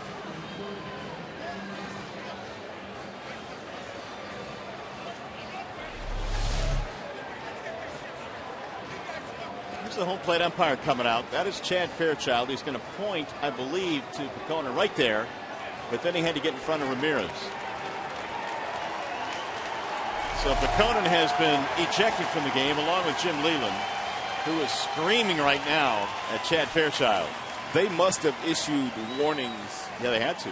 After the third out of that last half inning, or whatever that inning was when Prince got the fastball inside, but we didn't see him issue the warnings. Oh, did Jim just unload on Chad Fairchild, who just stood there and said, all right, he's still kicked out of the game.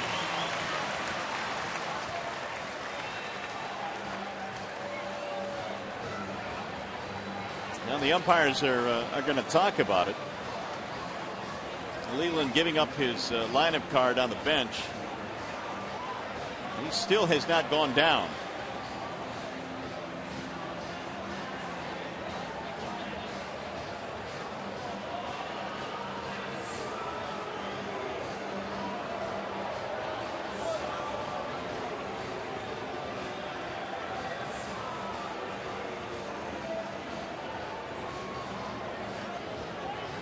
Now it looks like Fairchild was issuing warnings right now to both sides. Well, apparently he thought that Pecona was throwing at Ramirez, and that's why he got kicked out. It's his discretion.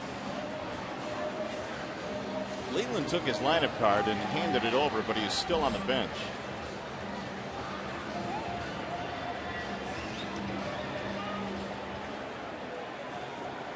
It didn't appear that he issued any warnings after the Prince situation. Is Jim even kicked out? Well, you said he was. Did you see him get kicked out? He pointed to him.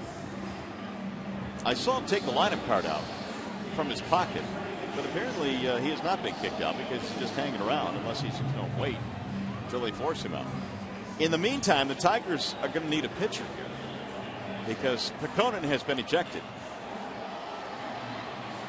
And we are still waiting for someone to come in from the bullpen.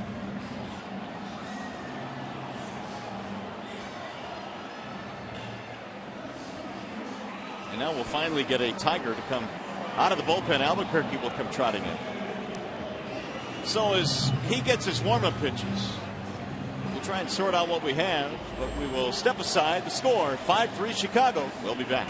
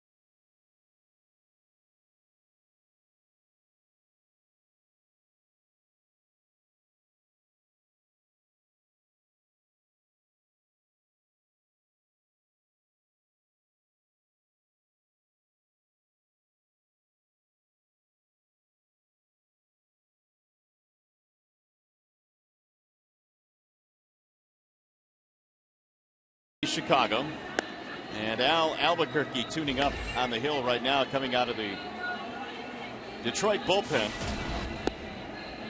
Luke Pecona has been ejected from the game, and it is a wall side windows pitching change.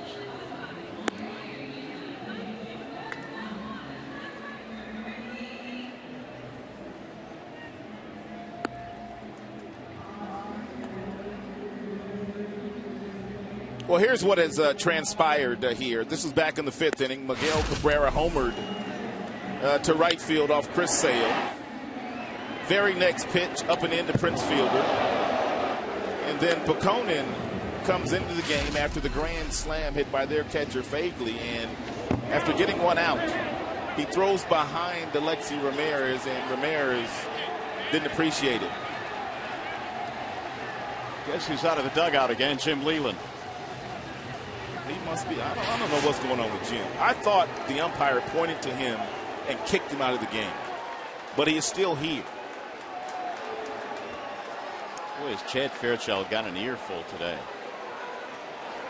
I don't know what this latest round's about, but Albuquerque was warming up and Jim came out again. And now Jeff Kellogg is going to come over to help his home plate umpire out. Well, maybe they just told Jim that you have been kicked out of the game, but we'll see. Kellogg is the crew chief.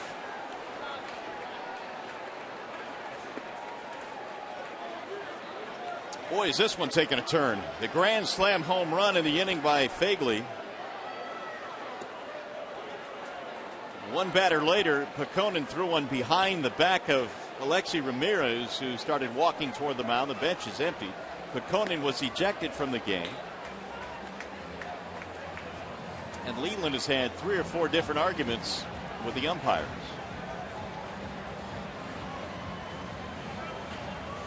And this one still continues.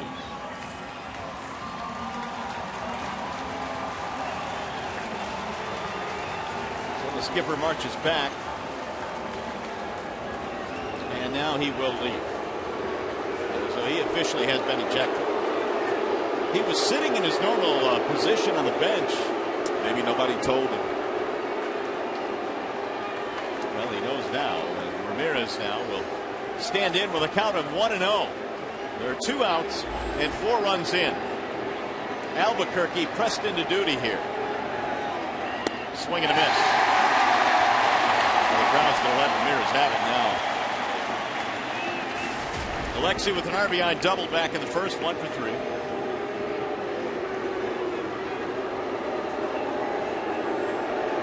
Swing and a miss again.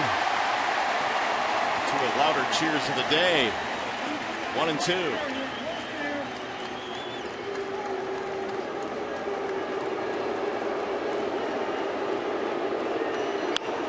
Driven down the left field line, hooking foul.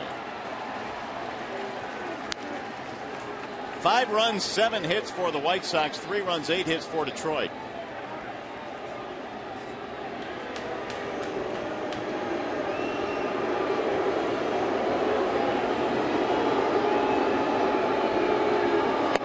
Ball high.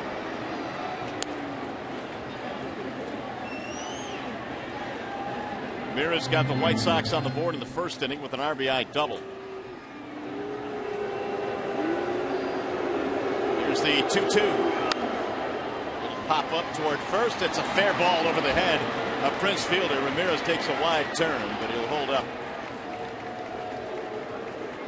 And he is holding that hamstring again. I think they're going to take him out of the game.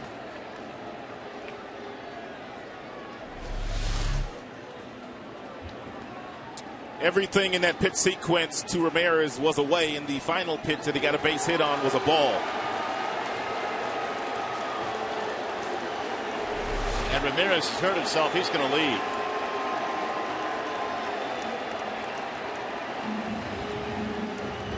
Brent Morel will come on a pinch run. What a bizarre inning.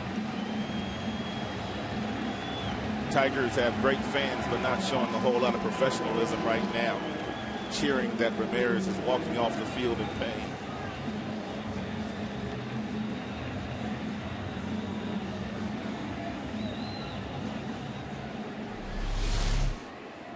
So Ramirez initially hurt his hamstring his last at bat. He stayed in the game after that at bat, but now has to leave. And Rios looks at a strike on the outer edge. Brent Morel, the pinch runner, down at first base.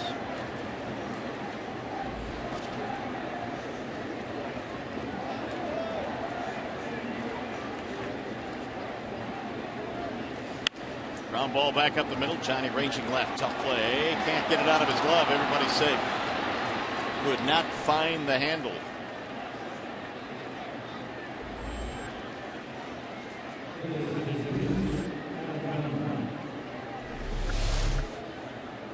And Johnny gets over and stretches out. He does make the play initially, but while trying to transfer And the ball came out of the glove.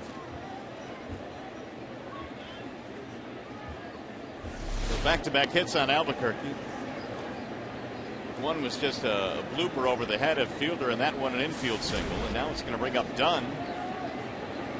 4 runs already in. 9th man to bat in the inning as they hit around. Way outside, 1-0.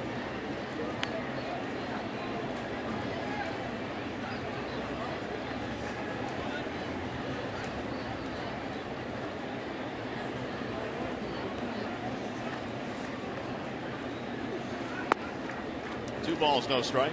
And then Tigers are going to see this White Sox team about 11 more meetings in the next calendar month. So we're going to see them a bunch. Here's the 2-0 pitch, and it's a strike. The rivalry is heating up. And it boiled over here in the 4th inning when Ramirez had a ball sail behind his back, emptying the benches and the bullpen. Conan ejected, Leland ejected. Albuquerque's 2-1. 2 balls, 2 strikes on Adam Dunn. A couple of strikeouts and an intentional walk in this game. Sanchez departed after the grand slam by Josh Fagley, which has given the White Sox the lead again in this game. And Phil Koch beginning to warm up again in the Detroit bullpen.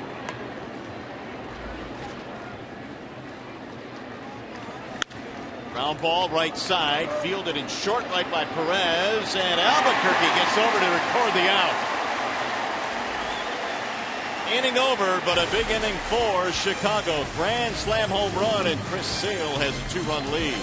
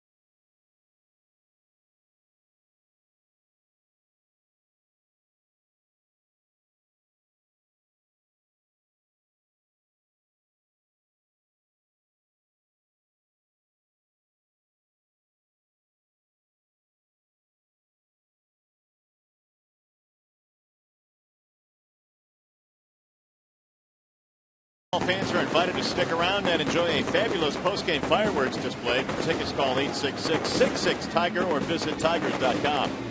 You are looking at video right now of the last half inning. Here at the ballpark, the grand slam by Fagley, and then the ejections.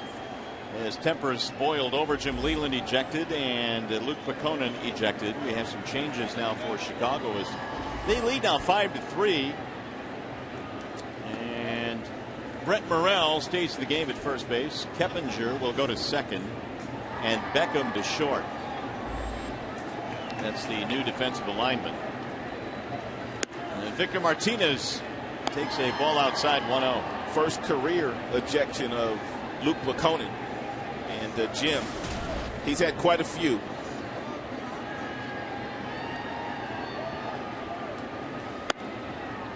Ball outside.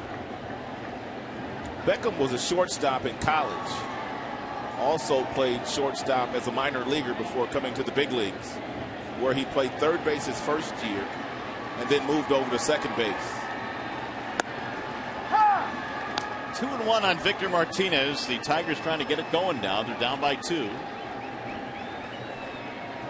They've had some opportunities today against Sale. Single double for Victor. 2. Strike called.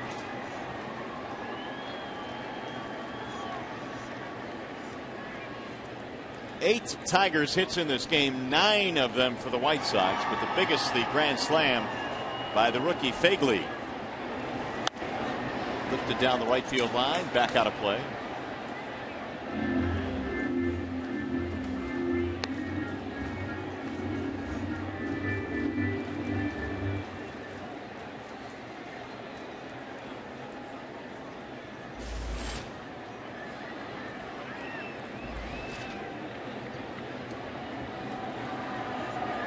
Sale looking in now for the sign. Here's the 2-2 pitch. Grounded toward third, foul. Victor now 13-game hitting streak. His torrid month of July continues. He doubled to start the 4th. Tigers couldn't score him though. He was actually thrown out at the plate trying to score on a single by Hernan Perez.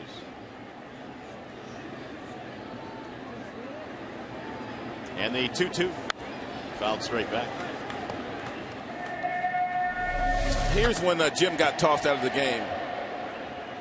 And watch the home plate umpire. Right there.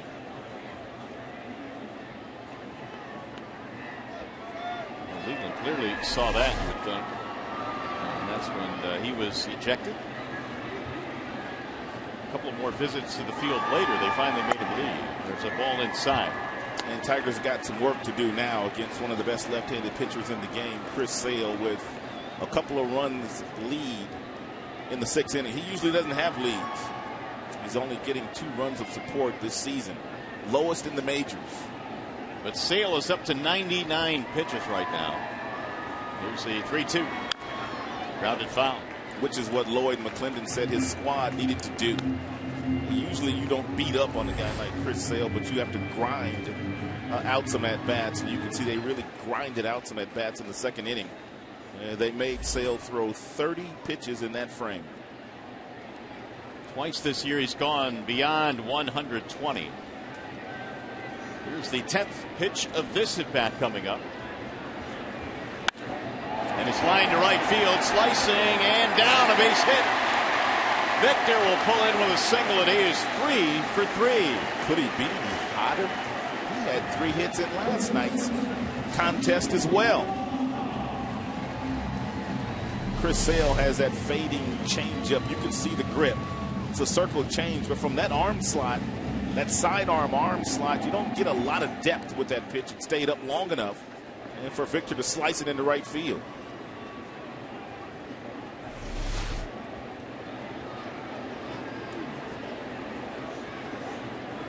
Now Johnny Peralta.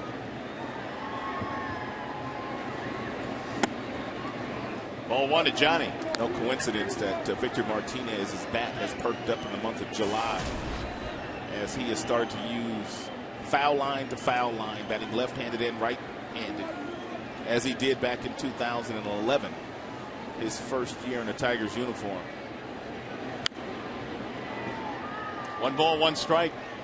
Got a sellout crowd here at the ballpark today. 40,444. On a weekday day game here at the ballpark. Tigers continue to pack them in. And they have seen some fireworks in this one. Now the 1-1.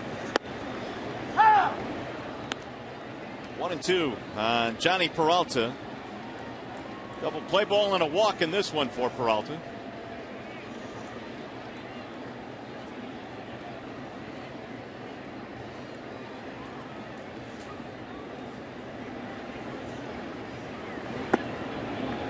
Low. 2 balls, 2 strikes.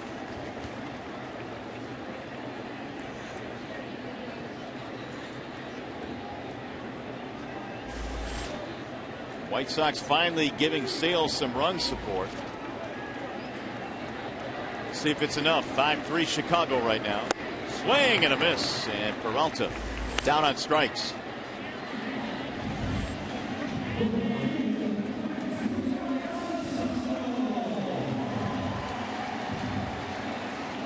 We'll bring up Tuiasa Sopo. Meanwhile, 7 strikeouts for Chris Sale, who has gone double digits in 2 of his last 3 starts and 3 of his last 5. Tui had a 2-run shot back in the second.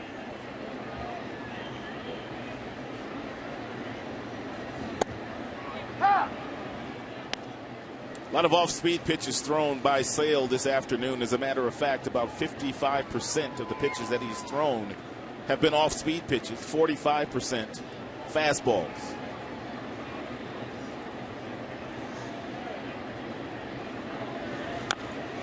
Up foul behind home plate. No balls, 2 strikes. Slide step there by Sale with Victor Martinez at first base. Victor not going anywhere.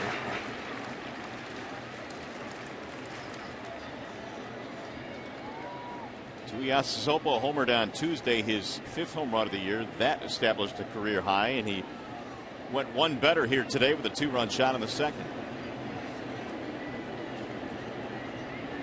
Now the 0-2.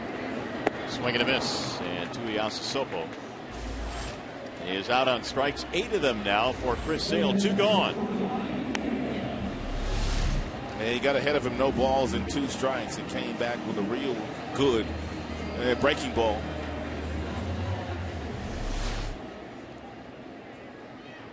So here is Pena. Ryan 1 for 2, flat out to center his last time up.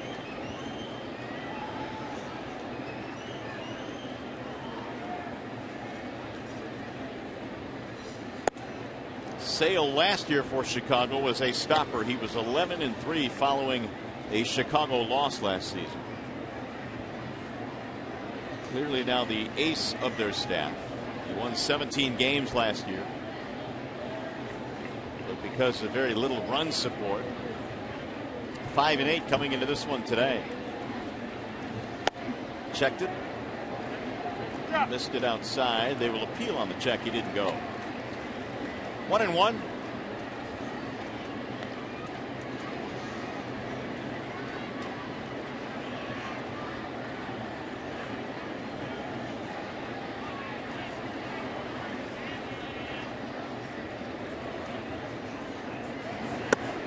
That's in there, a strike. 1-2 on Brian Pena. Pena did a nice job, really, of filling in for Alex Avila, who has since come back off the disabled list. Brian, over his last 30 games, hitting at a .316 clip. That's given the Tigers more offensively than I think they thought they were getting. The 1-2. Sales outside, 2 balls, 2 strikes. He thinks the game as well. That play he made a few days ago in Cleveland, allowing that ball that Swisher hit off the end of his bat, which started foul, to roll back into fair territory. Swisher didn't run, and Pena simply went back to the plate to tag him out. It's a heads-up play by Bryant. And the 2-2. Lifted to right field. Rios backing up. And that is that for Detroit. No runs, lead off single. To the 7th we go.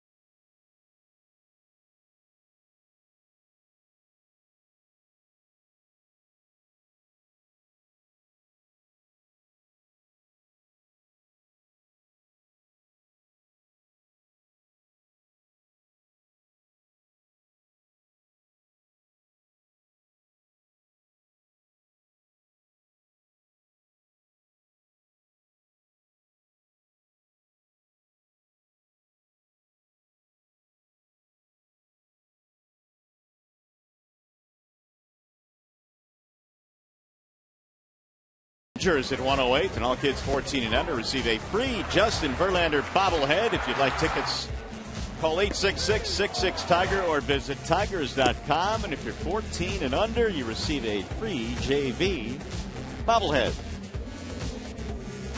Verlander fortunate enough to be pitching on Sunday on his own bobblehead day. And as we told you last night, that means his guaranteed victory day is Sunday. We'll take that. Verlander coming off a start where he didn't have his great stuff. And first day of the series against the White Sox, but he battled through 7. And then he gave up some runs there in the 8th inning. So, well, the Tigers have some work to do, and now Albuquerque back to the mound here in the 7th.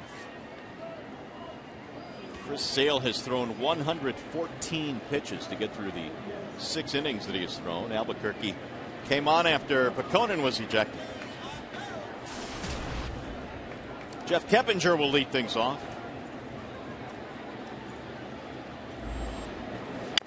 First pitch is tapped slowly back up the middle. Going to be a tough play. Barehand play, no chance. Johnny held on to it.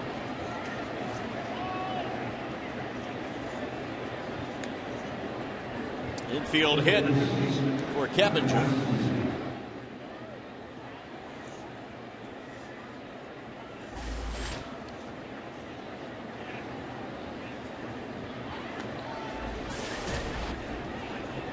Now Gillespie will stand in.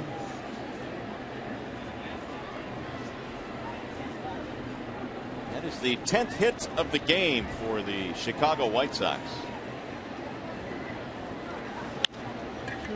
Popped up in the air, shallow left field, long run for Tuiasa Sopo. He's going to get there. Nice running play, just barely in fair territory, 1 out.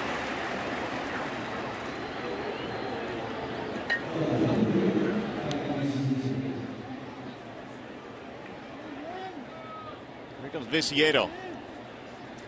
White Sox had 23 hits a couple of nights ago. They put up double digits again in this game. They lead 5-3. The grand slam by Josh Fagley is the difference in this contest. And when they rolled into Comerica Park, they weren't having a very good offensive season.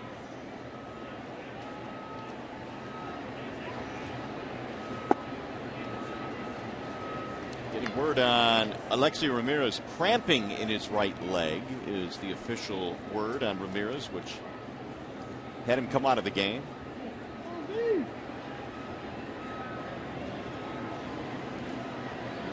Here's the 1-0. 1 ball, 1 strike on Dayan Viciedo. Strikeout, ground out, hit by a pitch in this game. Action in the bullpen. Matt Lindstrom warming up for Chicago. There's another foul, 1-2. White Sox came into this game batting .248 as a team this year. The Tigers, meanwhile, way above that, .281. Tigers leading the league. Yeah, a lot of the White Sox offensive numbers were toward the bottom in the American League.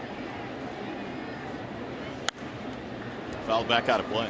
We were talking about this a little bit earlier, though, but not counting the action here today, they came in with 86 home runs, and just a couple of teams had fewer. That's hard to believe in that ballpark they play in. For sure. Maybe part of the reason is Konerko on the disabled list. Good slider right here by Albuquerque. Will get him strike 3. Slow roller toward third. Cabrera charging. Viciedo is out. Advance the runner. 2 gone now for Gordon Beckham.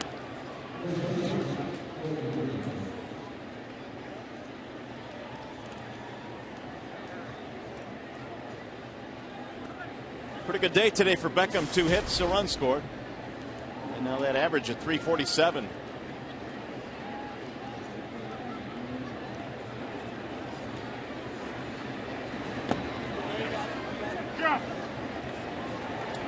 Different approach these days for Gordon Beckham.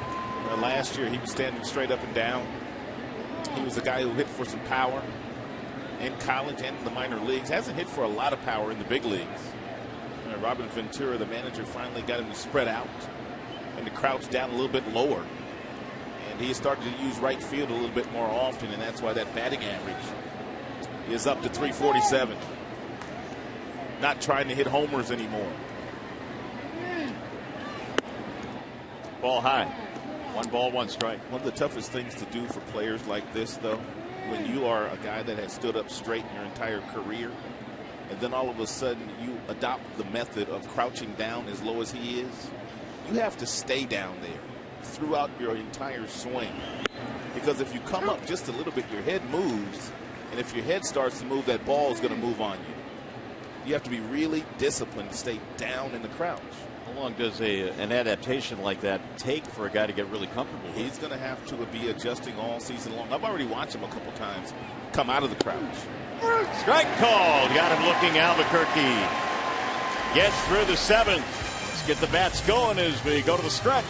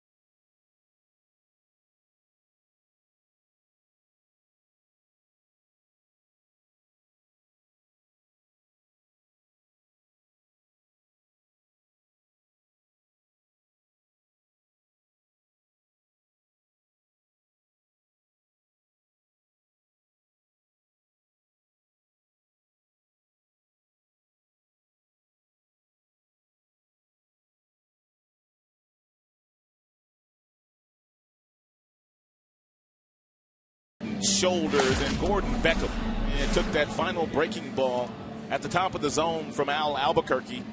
You could see his reaction. He did not think it was a strike, and Chad Fairchild called it a strike, but looked like he ever so slightly came out of that stance as well. As I told you, your head starts to move when you're in that crouch, and you're not going to get a good look at the baseball. Well, the Tigers down by a couple of runs as we go to the bottom of the 7th inning. Hernan Perez will lead it off, and then Austin Jackson, Torrey Hunter. Chris Sale's still out there. And his first pitch of the 7th is outside. And the White Sox bullpen not as strong right now as it was just a couple of weeks ago before they had to put Jesse Crain on the disabled list. Crain was pitching some of the best baseball of his career. And we saw him quite a bit when he was in Minnesota, and he was part of a really good bullpen Minnesota had. Here's the 2-0, and it's in for a strike. Crain, one of the popular names as the trading deadline approaches. Or was before he went on the DL. That guy's name's going to get mentioned a little bit too, Matt Lindstrom. Hard throwing right-hander out of their bullpen.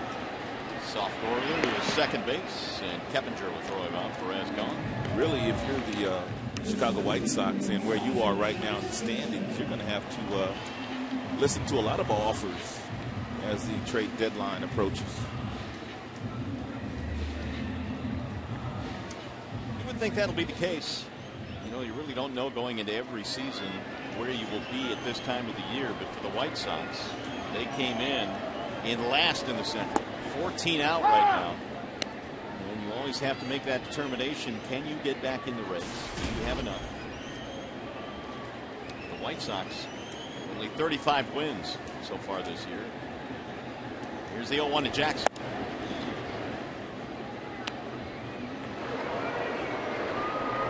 Drew Smiley is the lefty. Phil Coke is the lefty.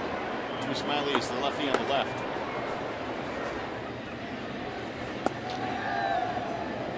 Ball outside, 2-1. What's his nickname? Bruce? Of course, I called him last night, Bruce Smiley. Here's the 2-1 pitch. Bouncing ball, third base side. Fielded there by Gillespie. And 2 gone. We'll bring up Torrey Hunter.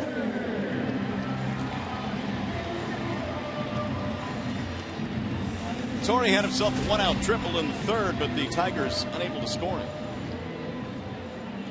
And really, you look back around at a couple of those opportunities early, and you're always talking about how you got to get to the big guys, the big horses early. Don't let them off the hook. They had a triple, couldn't score him in the third. A double to lead off the fourth, couldn't score him. There's a ball high to Hunter. But when you're going up against a guy like Sale, sometimes 3 runs has to hold up. Because he's one of the best in the game. And very seldom does he even give up 3 runs in a game. Fly ball right field. Hit well. Backing up. Rios going back. Leaping. Can't get it. Torrey on his way to second, and he will pull in with another extra base hit. And that's going to bring Cabrera up there as the tying run. And Torrey got a fastball that was flung up there by Sale. Not good location. Ramirez with a nice bid, crashing into the wall. And De Aza, their center fielder, able to get over there and keep Torrey to a double, not a second triple of the game. Excuse me, that was Rios crashing into the wall.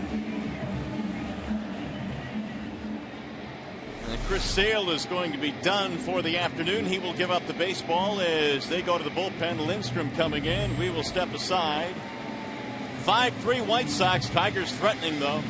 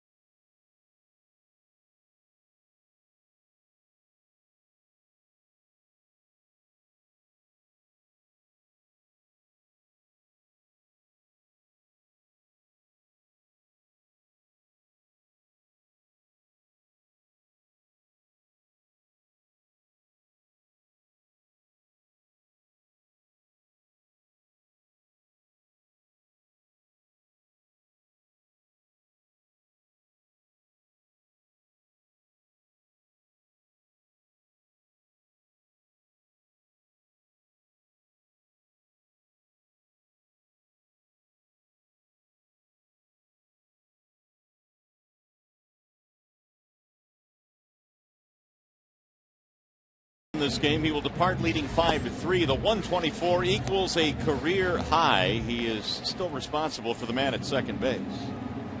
6 2/3, 10 hits, 8 strikeouts in this contest. And with Cabrera coming up there, new pitcher coming in for the Chicago White Sox. That is Matt Lindstrom. 2 wins for Matt. He's lost 3. The ERA is over 3. 27 strikeouts, but he's walked 17. I thought possibly Robin Ventura would walk Miguel Cabrera with Sale on the mound and go after Miguel Cabrera. Excuse me, go after Prince Fielder with Sale on the mound. There's a foul straight back. Interesting question you bring up, though, because Sale got a double play, a strikeout, a fielder. Well, you do put the tying run on, though. Look at those numbers. 487 with 7 and 31. You don't ever really want to put the tying run on base, but this guy, you've got to treat him differently. Here's the 0-1. Breaking ball outside, 1-1. He's only seen Lindstrom one time, and he's gotten a hit against him.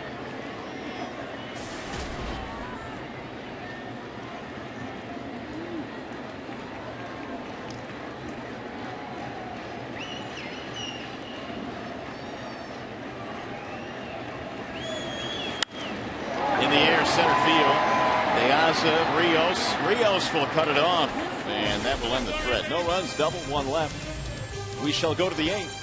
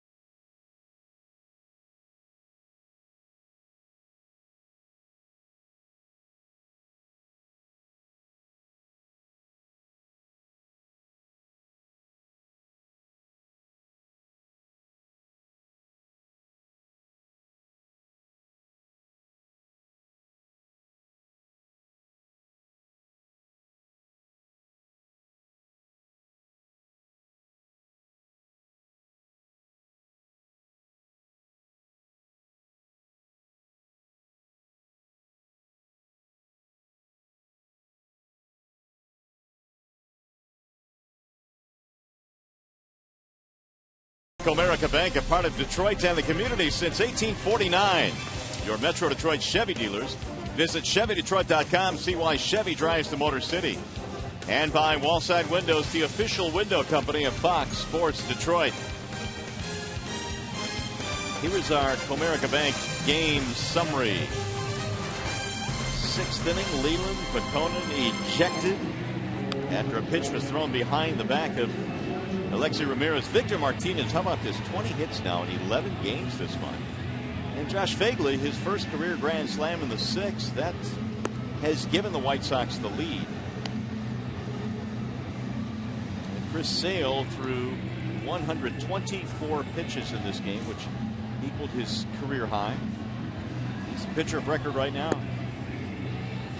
New pitcher for Detroit is left-hander Phil Koch. And Phil Koch has lost 5 games this year, has not won a game. And the ERA sits at 5.93 for Phil. He has punched out 23, and he's walked 12. And every outing right now is a big outing for Phil because the Tigers would like to see him get back to what he's capable of doing, and that's getting big outs for them late in games.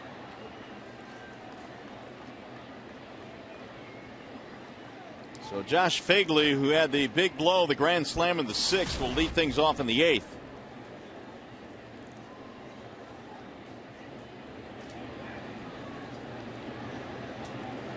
Four big league hits, 3 of them homers, including today's grand slam.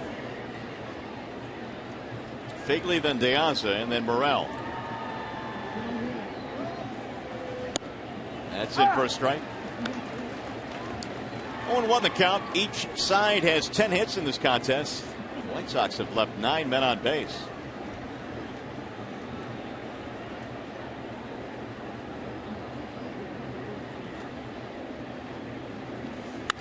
Ground ball, shortstop side, right at Johnny Peralta. 1 gone. Let's get you caught up with the game summary. All long balls in this one. It started with Tuiasa Sopo against their starter and their ace, Chris Sale. Solo shot to right. Miggy did the same thing on a breaking ball from Chris Sale. And Tigers had a lead at that time. And then Josh Fagley with the bases loaded. The final pitch of the evening, the afternoon, I should say, thrown by Sanchez. A grand slam, his first grand slam of his career. Here's Alejandro De Aza.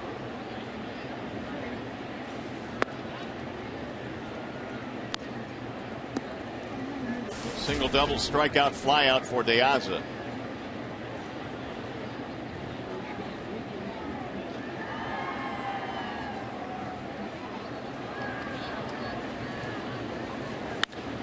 High fly ball, right field. That ball is hit way back. Hunter looking up, and it's going to go. It's out of here. De Aza has hit his 11th, and a huge run for Chicago. They lead 6-3.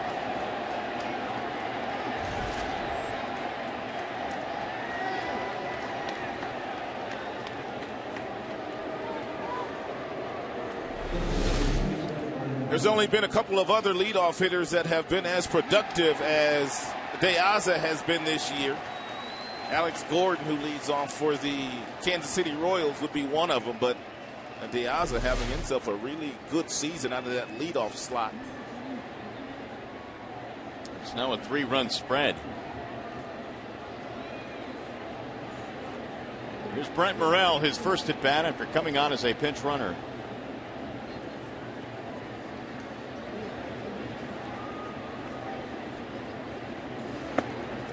Ball 1.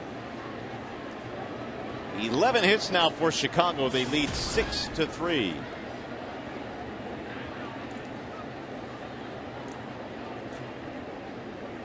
Morrell 3 for 13 this year, recently called up.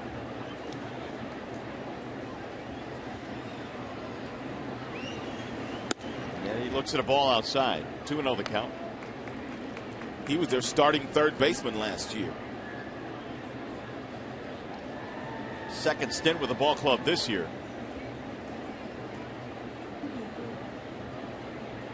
Five home runs, 40 RBIs at AAA Charlotte. Rolls that one to third, foul. And Morrell was struggling so much last year that the Chicago White Sox acquired Kevin Youkilis from the Boston Red Sox to play third base for them the second half of the year. Gave them a big lift last year. Morrell hit just 177 in the major leagues. And a ball low. 3-1. Cal Poly San Luis Obispo. Brent Morrell.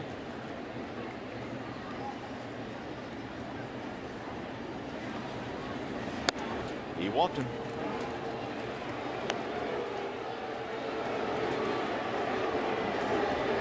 Bring up Rios. And Jeff Jones on the horn again, getting in touch with the Detroit bullpen.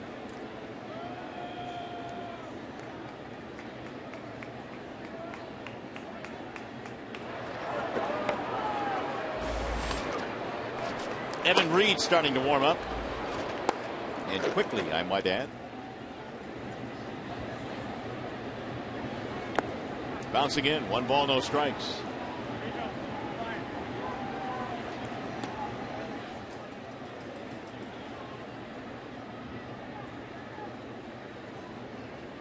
Tigers out of the bullpen today include Pecona, Albuquerque, and Koch. Pecona has been ejected from the game, along with Tigers manager Jim Leland.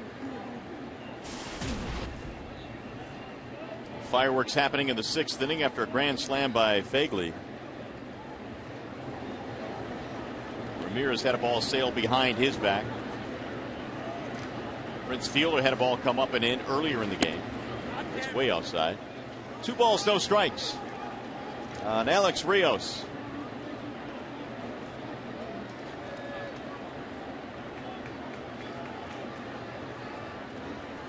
Adam Dunn waiting on deck.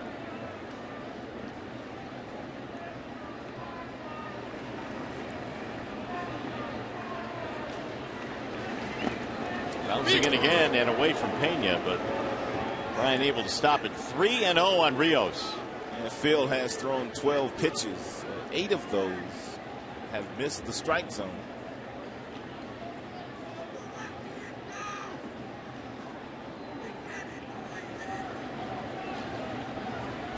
There's Dunn waiting on deck.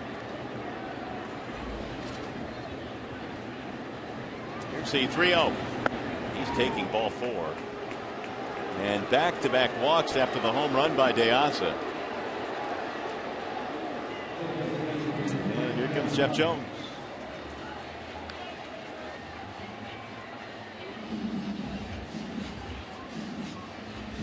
Koch got the first man he faced, vaguely on the ground out, but then De Aza homered, and Morel and Rios have both walked.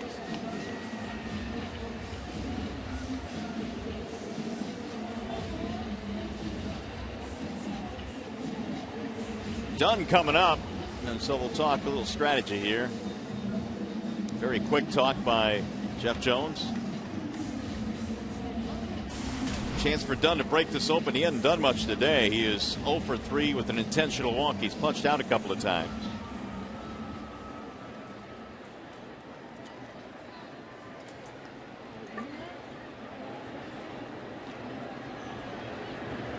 Two on and one out. We're in the eighth, 6-3 in favor of the White Sox. They're trying to take 2 out of 3 here against Detroit.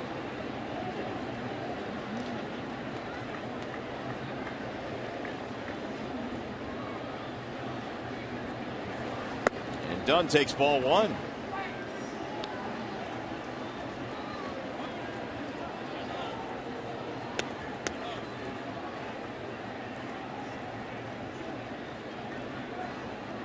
Eleven homers, 29 RBIs in his last 28 games.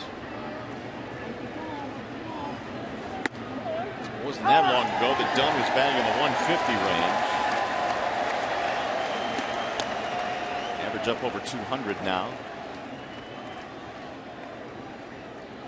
1 ball, 1 strike.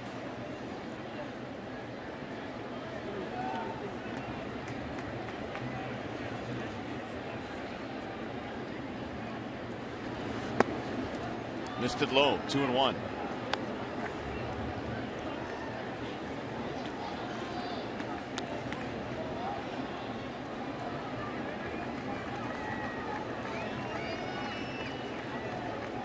Dunn leads their team with 24 homers, leads their team with 60 RBIs. Here's the 2-1. Get back out of play, 2 balls, 2 strikes. Texas coming to town beginning tomorrow night. Tigers will line it up with Fister, Scherzer, Verlander to close out the first half. In the All-Star break, they will open up the second half in Kansas City.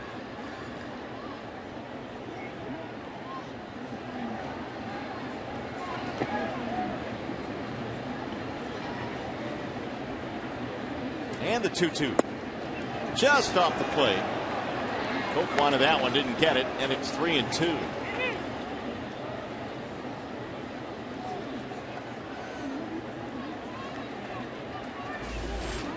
Waiting on deck, Jeff Keppinger. Only one defender to the left side of the infield. They play the pull or 2-pull against Dunn. Miggy's going to have to make sure he can get to that bag if they're running on this 3-2 pitch.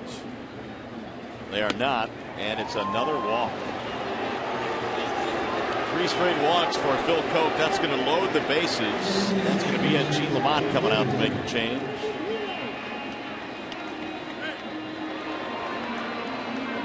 So Evan Reed will be coming into this game.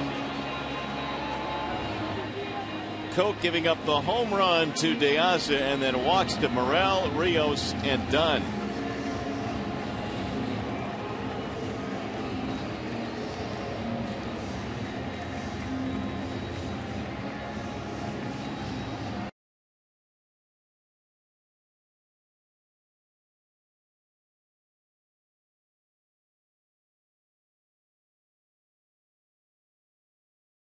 On to the 3-run lead. He's one of the best left-handers in the game. He had 8 strikeouts today. A lot of his strikeouts early were with fastballs. He overpowered the Tigers, and then he started going to some breaking balls later in the contest. The Tigers scored 3 runs against him, had 10 hits against Sale, and so they made him grind it out here this afternoon. But he pitched like an all-star, which he is. Meanwhile, the White Sox trying to add to their lead. They've got the bases loaded here. Still only 1 out. And the new Tiger pitcher is right-hander Evan Reed. Evan Reed gave up a few runs the last time he was out there. And for the Tigers, 12 1/3 innings in 3 different stints so far this year on the big club. Was really having a good season down in Toledo.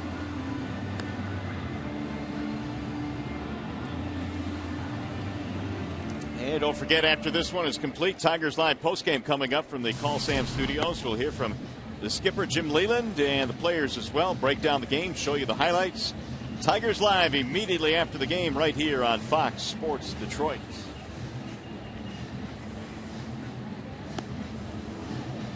Bases loaded with Chicago White Sox here. And right now 6-3 in favor of the Sox.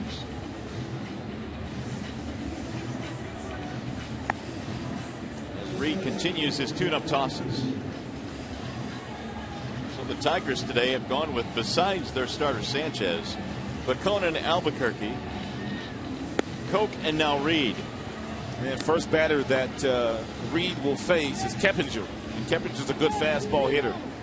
You might want to throw him a breaking ball on the first pitch, even though you have that mid-90s fastball that Evan Reed features.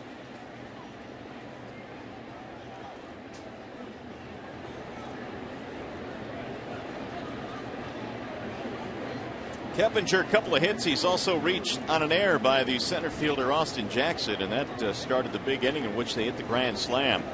That was the 6th. He shoots this one foul, back out of play.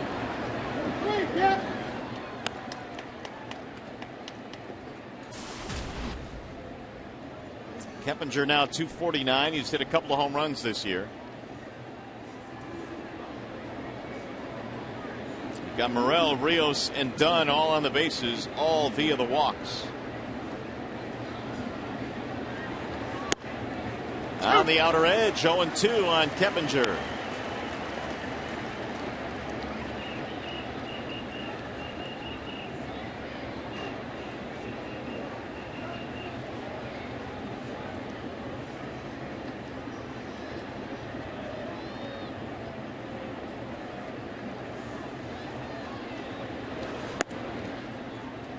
One and two the count. It's been a long time since I've seen a batter stand in the batter's box, the way that Keppinger does. Reminds me of Dwight Evans, who used to play right field for the Boston Red Sox. Dewey was his nickname. Here's the 1-2. 2 balls, 2 strikes. Does this stance give you any particular advantage? Well, he starts open. But the one thing that he does do with the front foot, he does close up, which squares the shoulders up, so his hips don't fly off the baseball prematurely. But other than that, not a huge advantage. Just the way that he chooses to start.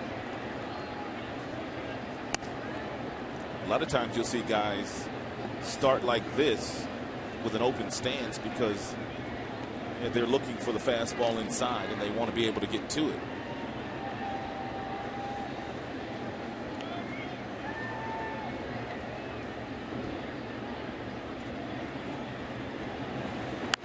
Ground ball foul just outside of the bag at third.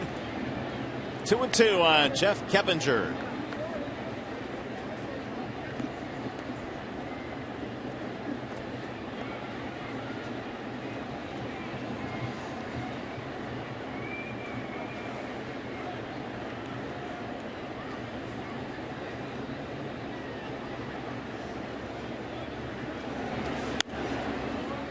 Get back out of play.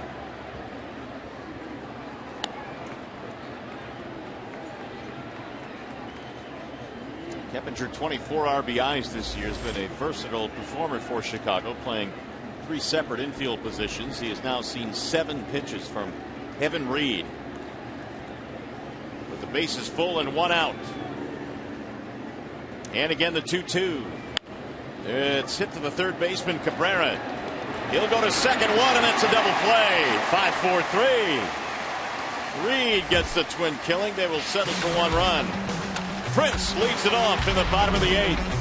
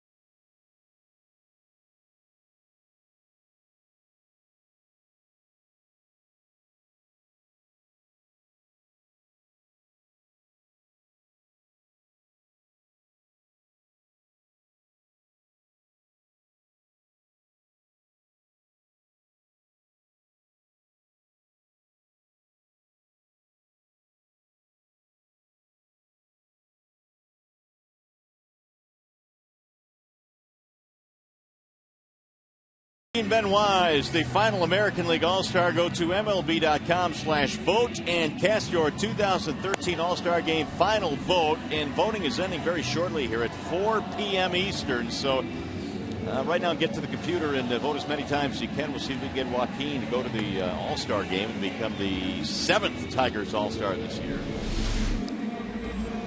Right now it is a 6-3 ball game as we go to the bottom of the 8th inning. Tigers have some work to do, and they will face a new pitcher.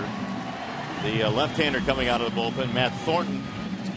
And Matt Thornton's a hard thrower, fastball up to 95 miles an hour. He's been in 39 games. This would be number 40. ERA quite high this year for Thornton. His ERA is usually a lot lower than that. Ground ball to third on the very first pitch. And Prince is out, one gone.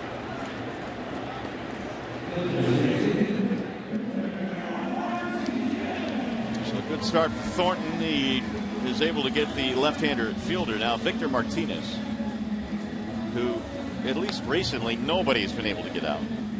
Victor, 3 more hits today.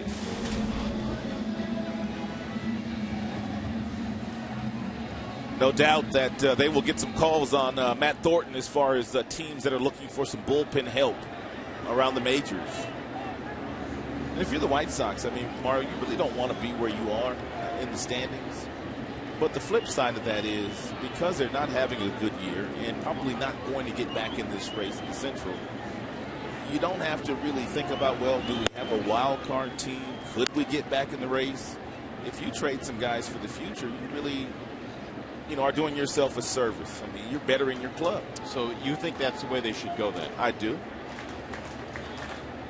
Here's the 1-0 pitch. A little pop-up. This one right to the second baseman. Because there are some teams out there that are still kind of in the hunt in their respective divisions, and they're a little uncertain as to what they really have or what they really should do as far as whether they want to make a trade or two.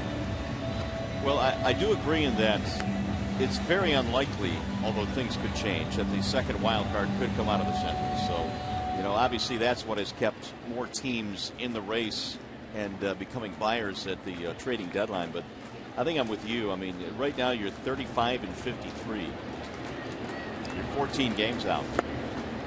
But the other thing to consider is can you make a run when guys come back like Peavy and Konerko and Crane on the DL? You got Danks and Floyd on the disabled list. That's where the tough decisions come in. Do you start over? Maybe they do. I mean, they had seemingly had a stranglehold on the division late last season. Tigers were 3 games back with 16 to go, and Detroit stormed all the way to the World Series. They have a really good manager in Robin Ventura, who last year got some votes for manager of the year in the American League. They even offered him an extension on his current contract that he has right now, and he turned it down. He said he wanted to wait and see after this year, and then we can talk. 2-2 on Johnny Peralta. Johnny double play ball, strike out and a walk.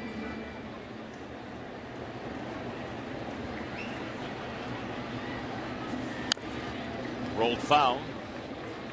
6 runs, 11 hits for the White Sox. Tigers 3 runs, 10 hits. Chicago has stranded 11 men in this game.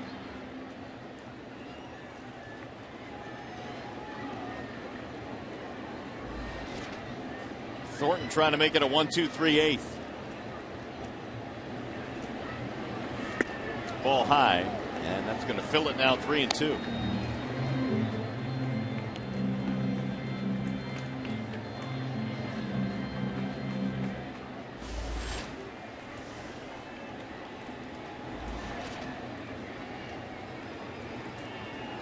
Here's the 3-2. Fouled out of the glove of the catcher, Fagley.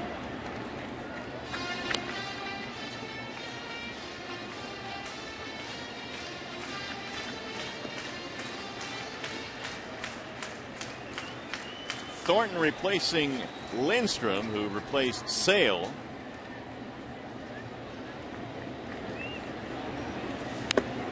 Fouled off again.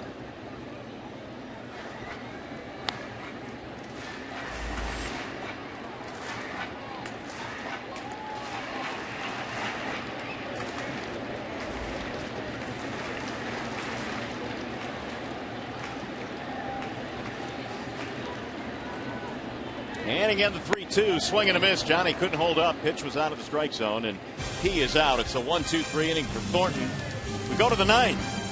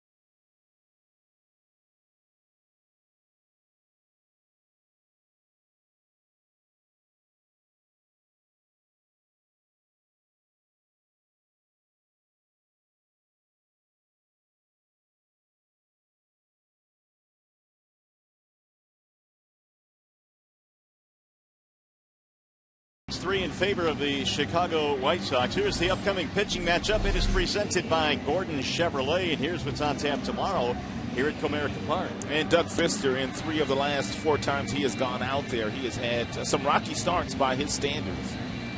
And Doug Fister usually shows up in July and pitches very well down the stretch. And the Tigers are hoping for that again this year. He'll oppose Justin Grimm of the Texas Rangers. There's Doug Fister, who will get the call tomorrow in game 1 in that 3-game set leading up to the All-Star break. Tanner Gillespie will lead it off here in the 9th inning.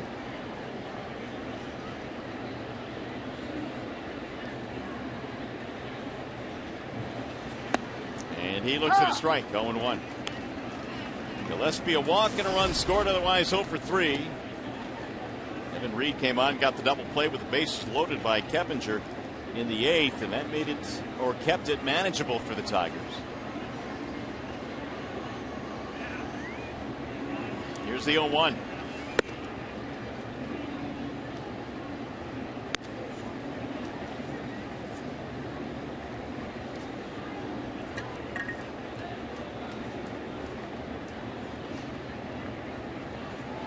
Reed has had a couple of call-ups this year for the Tigers.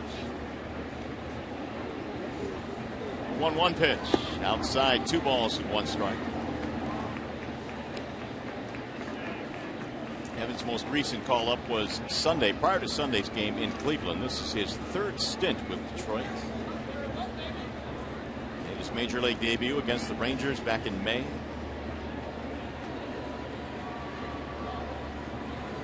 And the 2-1. 3-1.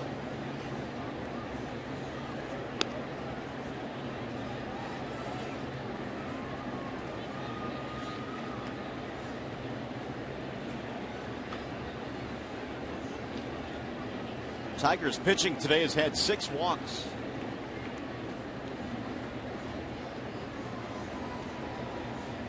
Now the 3-1 pitch. And it's another walk. Leadoff man on here in the 9th.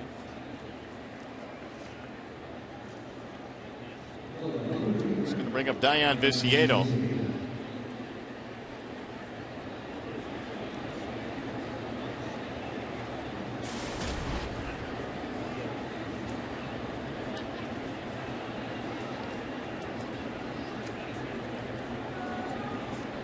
For 3 for Viciedo, hit by a pitch back in the 2nd.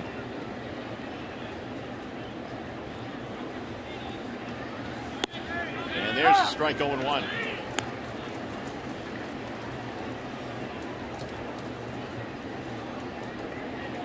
Seven base on balls by Tigers pitching today.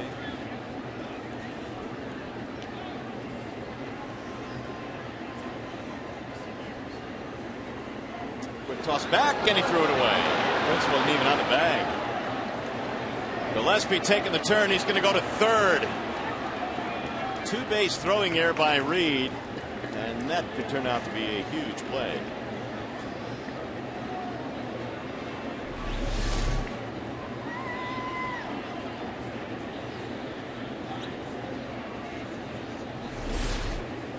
An error on the pitcher, and now the Tigers pull the infield in.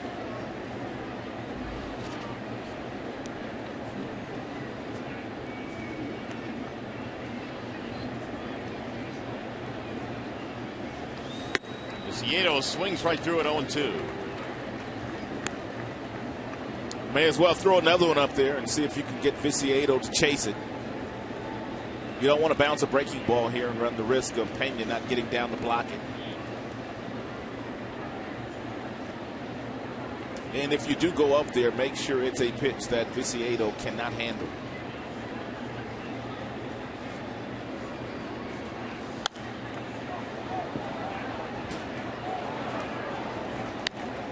Two on Viciedo. A couple of home runs in this series. 5 hits, 5 RBIs as well. Trying to knock in an insurance run here. White Sox already lead by 3 in the 9th.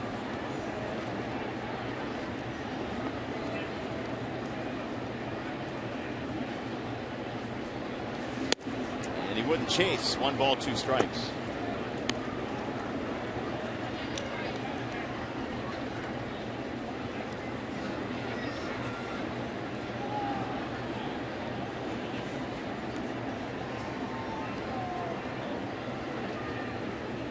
The 1-2.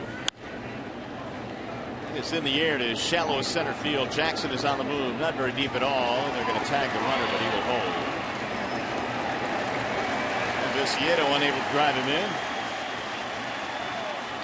1 gone. It'll bring up Beckham.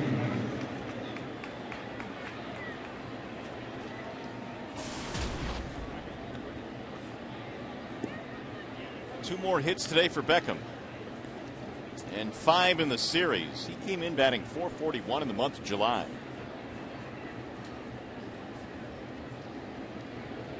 Infield remains in for the Tigers.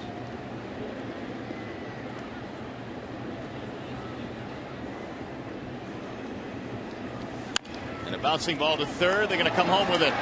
Here's the tag. He's out. 2 gone.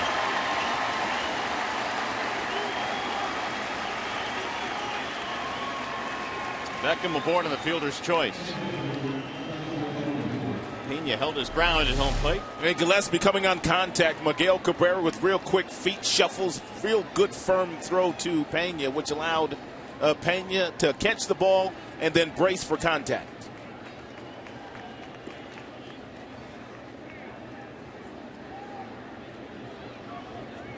It is not fun sliding into all that gear the catchers wear. Here is Fagley. And that's down the middle of strike.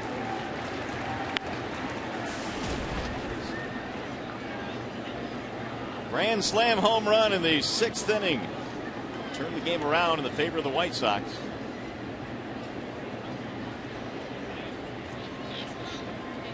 Third home run already in his young big league career. Here is Reed's 0-1 off the mask. No balls, 2 strikes. Fagley has hit those 3 homers off some pretty good pitchers too. David Price, Matt Garza, and Anibal Sanchez. It's a really good trio.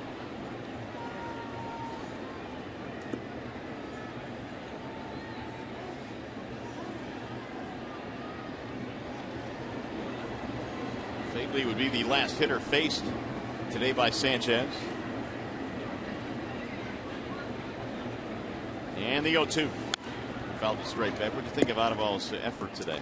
He wasn't himself. I think he was a little bit better in Cleveland, his first start off the disabled list. I mean, give the White Sox hitters some credit. They battled him. But I didn't think he was as sharp today as we're usually accustomed to watching Sanchez when he's out there. That error was big that started the 6th inning, then a walk by Sanchez. They ended up loading the bases, and then the grand slam. Here's the 0-2. But outside, 1 ball, 2 strikes. Tigers have the bottom 3 due up when we get to the bottom of the 9th. Tuiasa, Sopo, Pena, Perez. Cleveland has won their game today over Toronto, so the Tigers are going to have to rally to come back if they want their lead in the Central to stay at 3.5.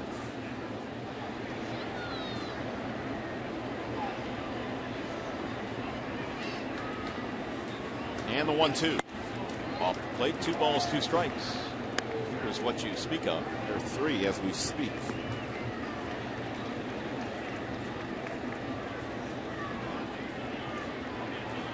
Tigers the only team in the Central with 50 wins. Cleveland hanging around. They're 4 over after their win today.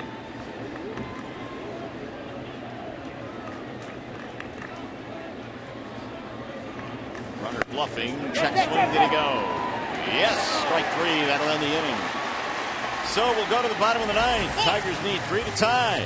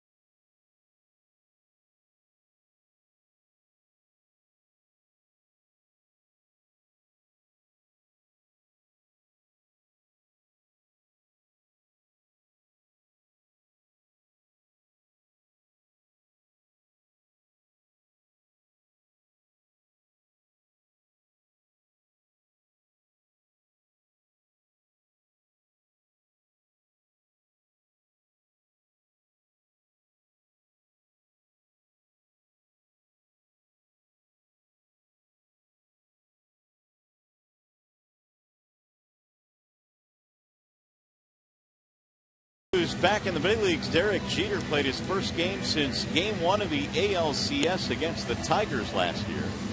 His club won today. They got their captain back, and the Dodgers are back to 500 for the first time since April 30th. It is the second year in a row where a young player out in Los Angeles has come to the major leagues and basically energized their club. Mike Trout did it last year for the Angels, and Yasiel Puig has done it this year for the Dodgers. Yu Darvish placed on the DL with a sprained trapezius.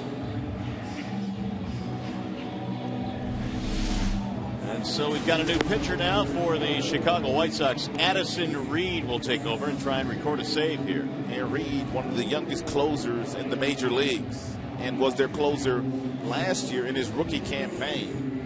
He's got a big arm. His fastball will get all the way up to 99 miles an hour.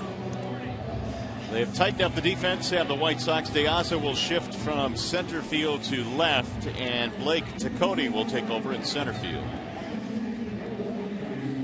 Desieto's out of the game, and Andy Dirks is going to pinch hit for Matt Tuiasa-Sopo.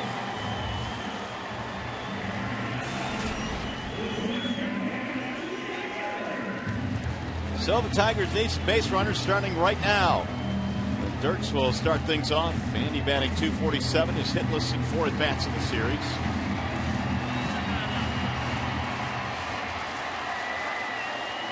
Addison Reed ready to go to work. 6'4", 220. Out of Montclair, California.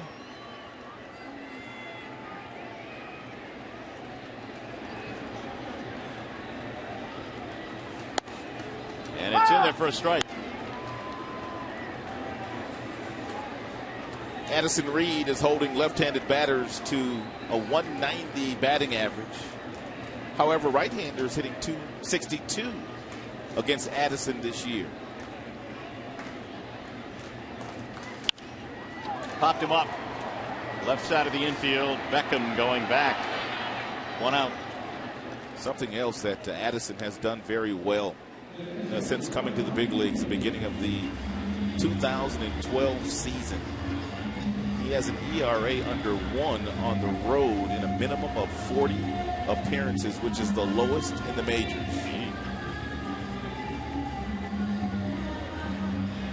Here's Brian Pena.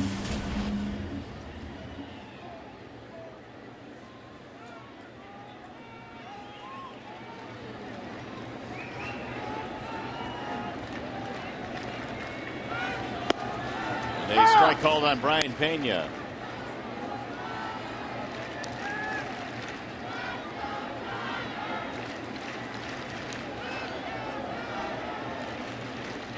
Addison Reed since the start of 2012 with 51 saves.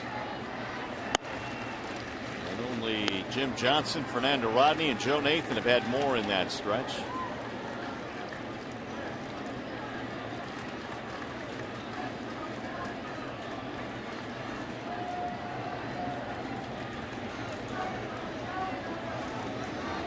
Here's the 1-1.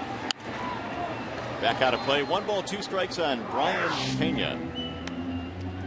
Here's 3 closers that were born in the 80s. And since 2012, they've done nice work. Kimbrel and Chapman. At 25 years old. That's since 1988. Closers born in 1988. Dude, we are getting old. Here's the 1-2. A little bit outside, 2-2. Chapman's 25. Kimbrel 25. Reed won't be 25 till a couple days after Santa Claus comes to visit. December 27th is his birthday. I think he's one of those guys that gets his Christmas gift and his birthday gift on the same day. Probably. They combine them. Yeah, probably. It's grounded foul. 2-2 on Pena. You get cheated out of gifts that way. Sure do.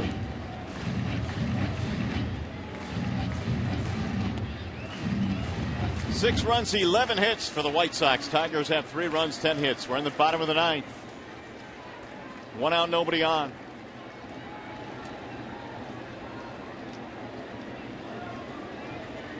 And the 2-2. Off the plate, 3-2. Don Kelly has moved to the on-deck circle. No bat for Hernan Perez.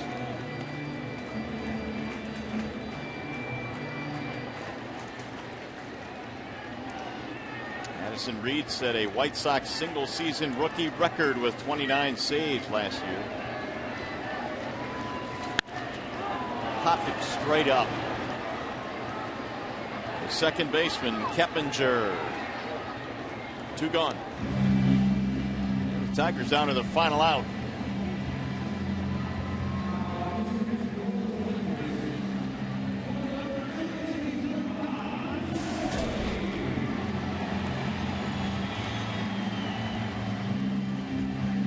So here is Kelly batting .248, 4 home runs this year.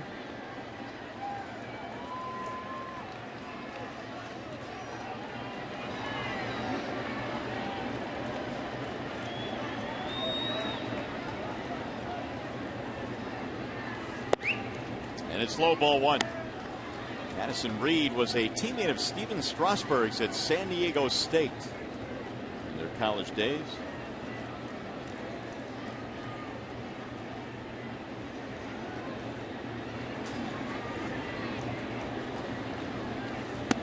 That's it for a strike. 1-1. Good changeup there by Addison Reed, who has the mid-90s fastball, the slider, and a changeup. Most closers don't feature 3 pitches. There are usually 2 pitch guys. Now the 1-1. Inside, 2 balls, 1 strike.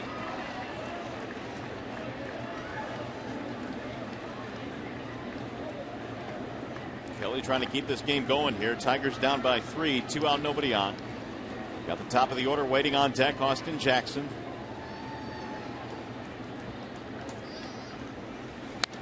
Fouled straight back, now 2-2.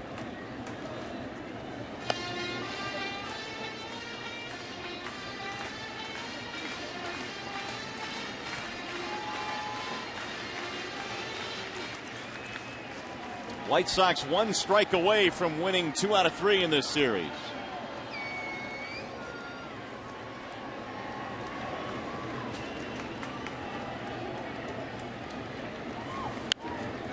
And it's pop foul back out of play. Texas coming in tomorrow night. 3-game series begins. If the Tigers fail to come back in this one, their lead will be down to 2.5.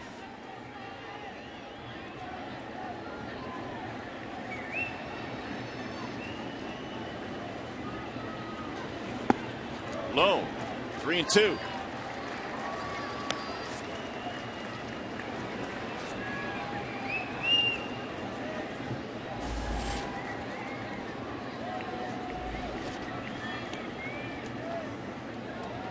There's Jackson, hoping he gets an opportunity. Now reads 3-2. Fouled straight back again by Kelly, who stays alive.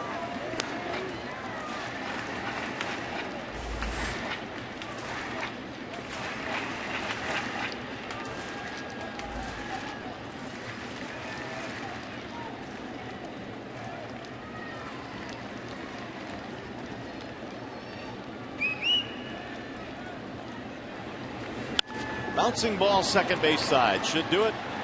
It is gobbled up by Keppinger, and the White Sox come to town and take 2 out of 3.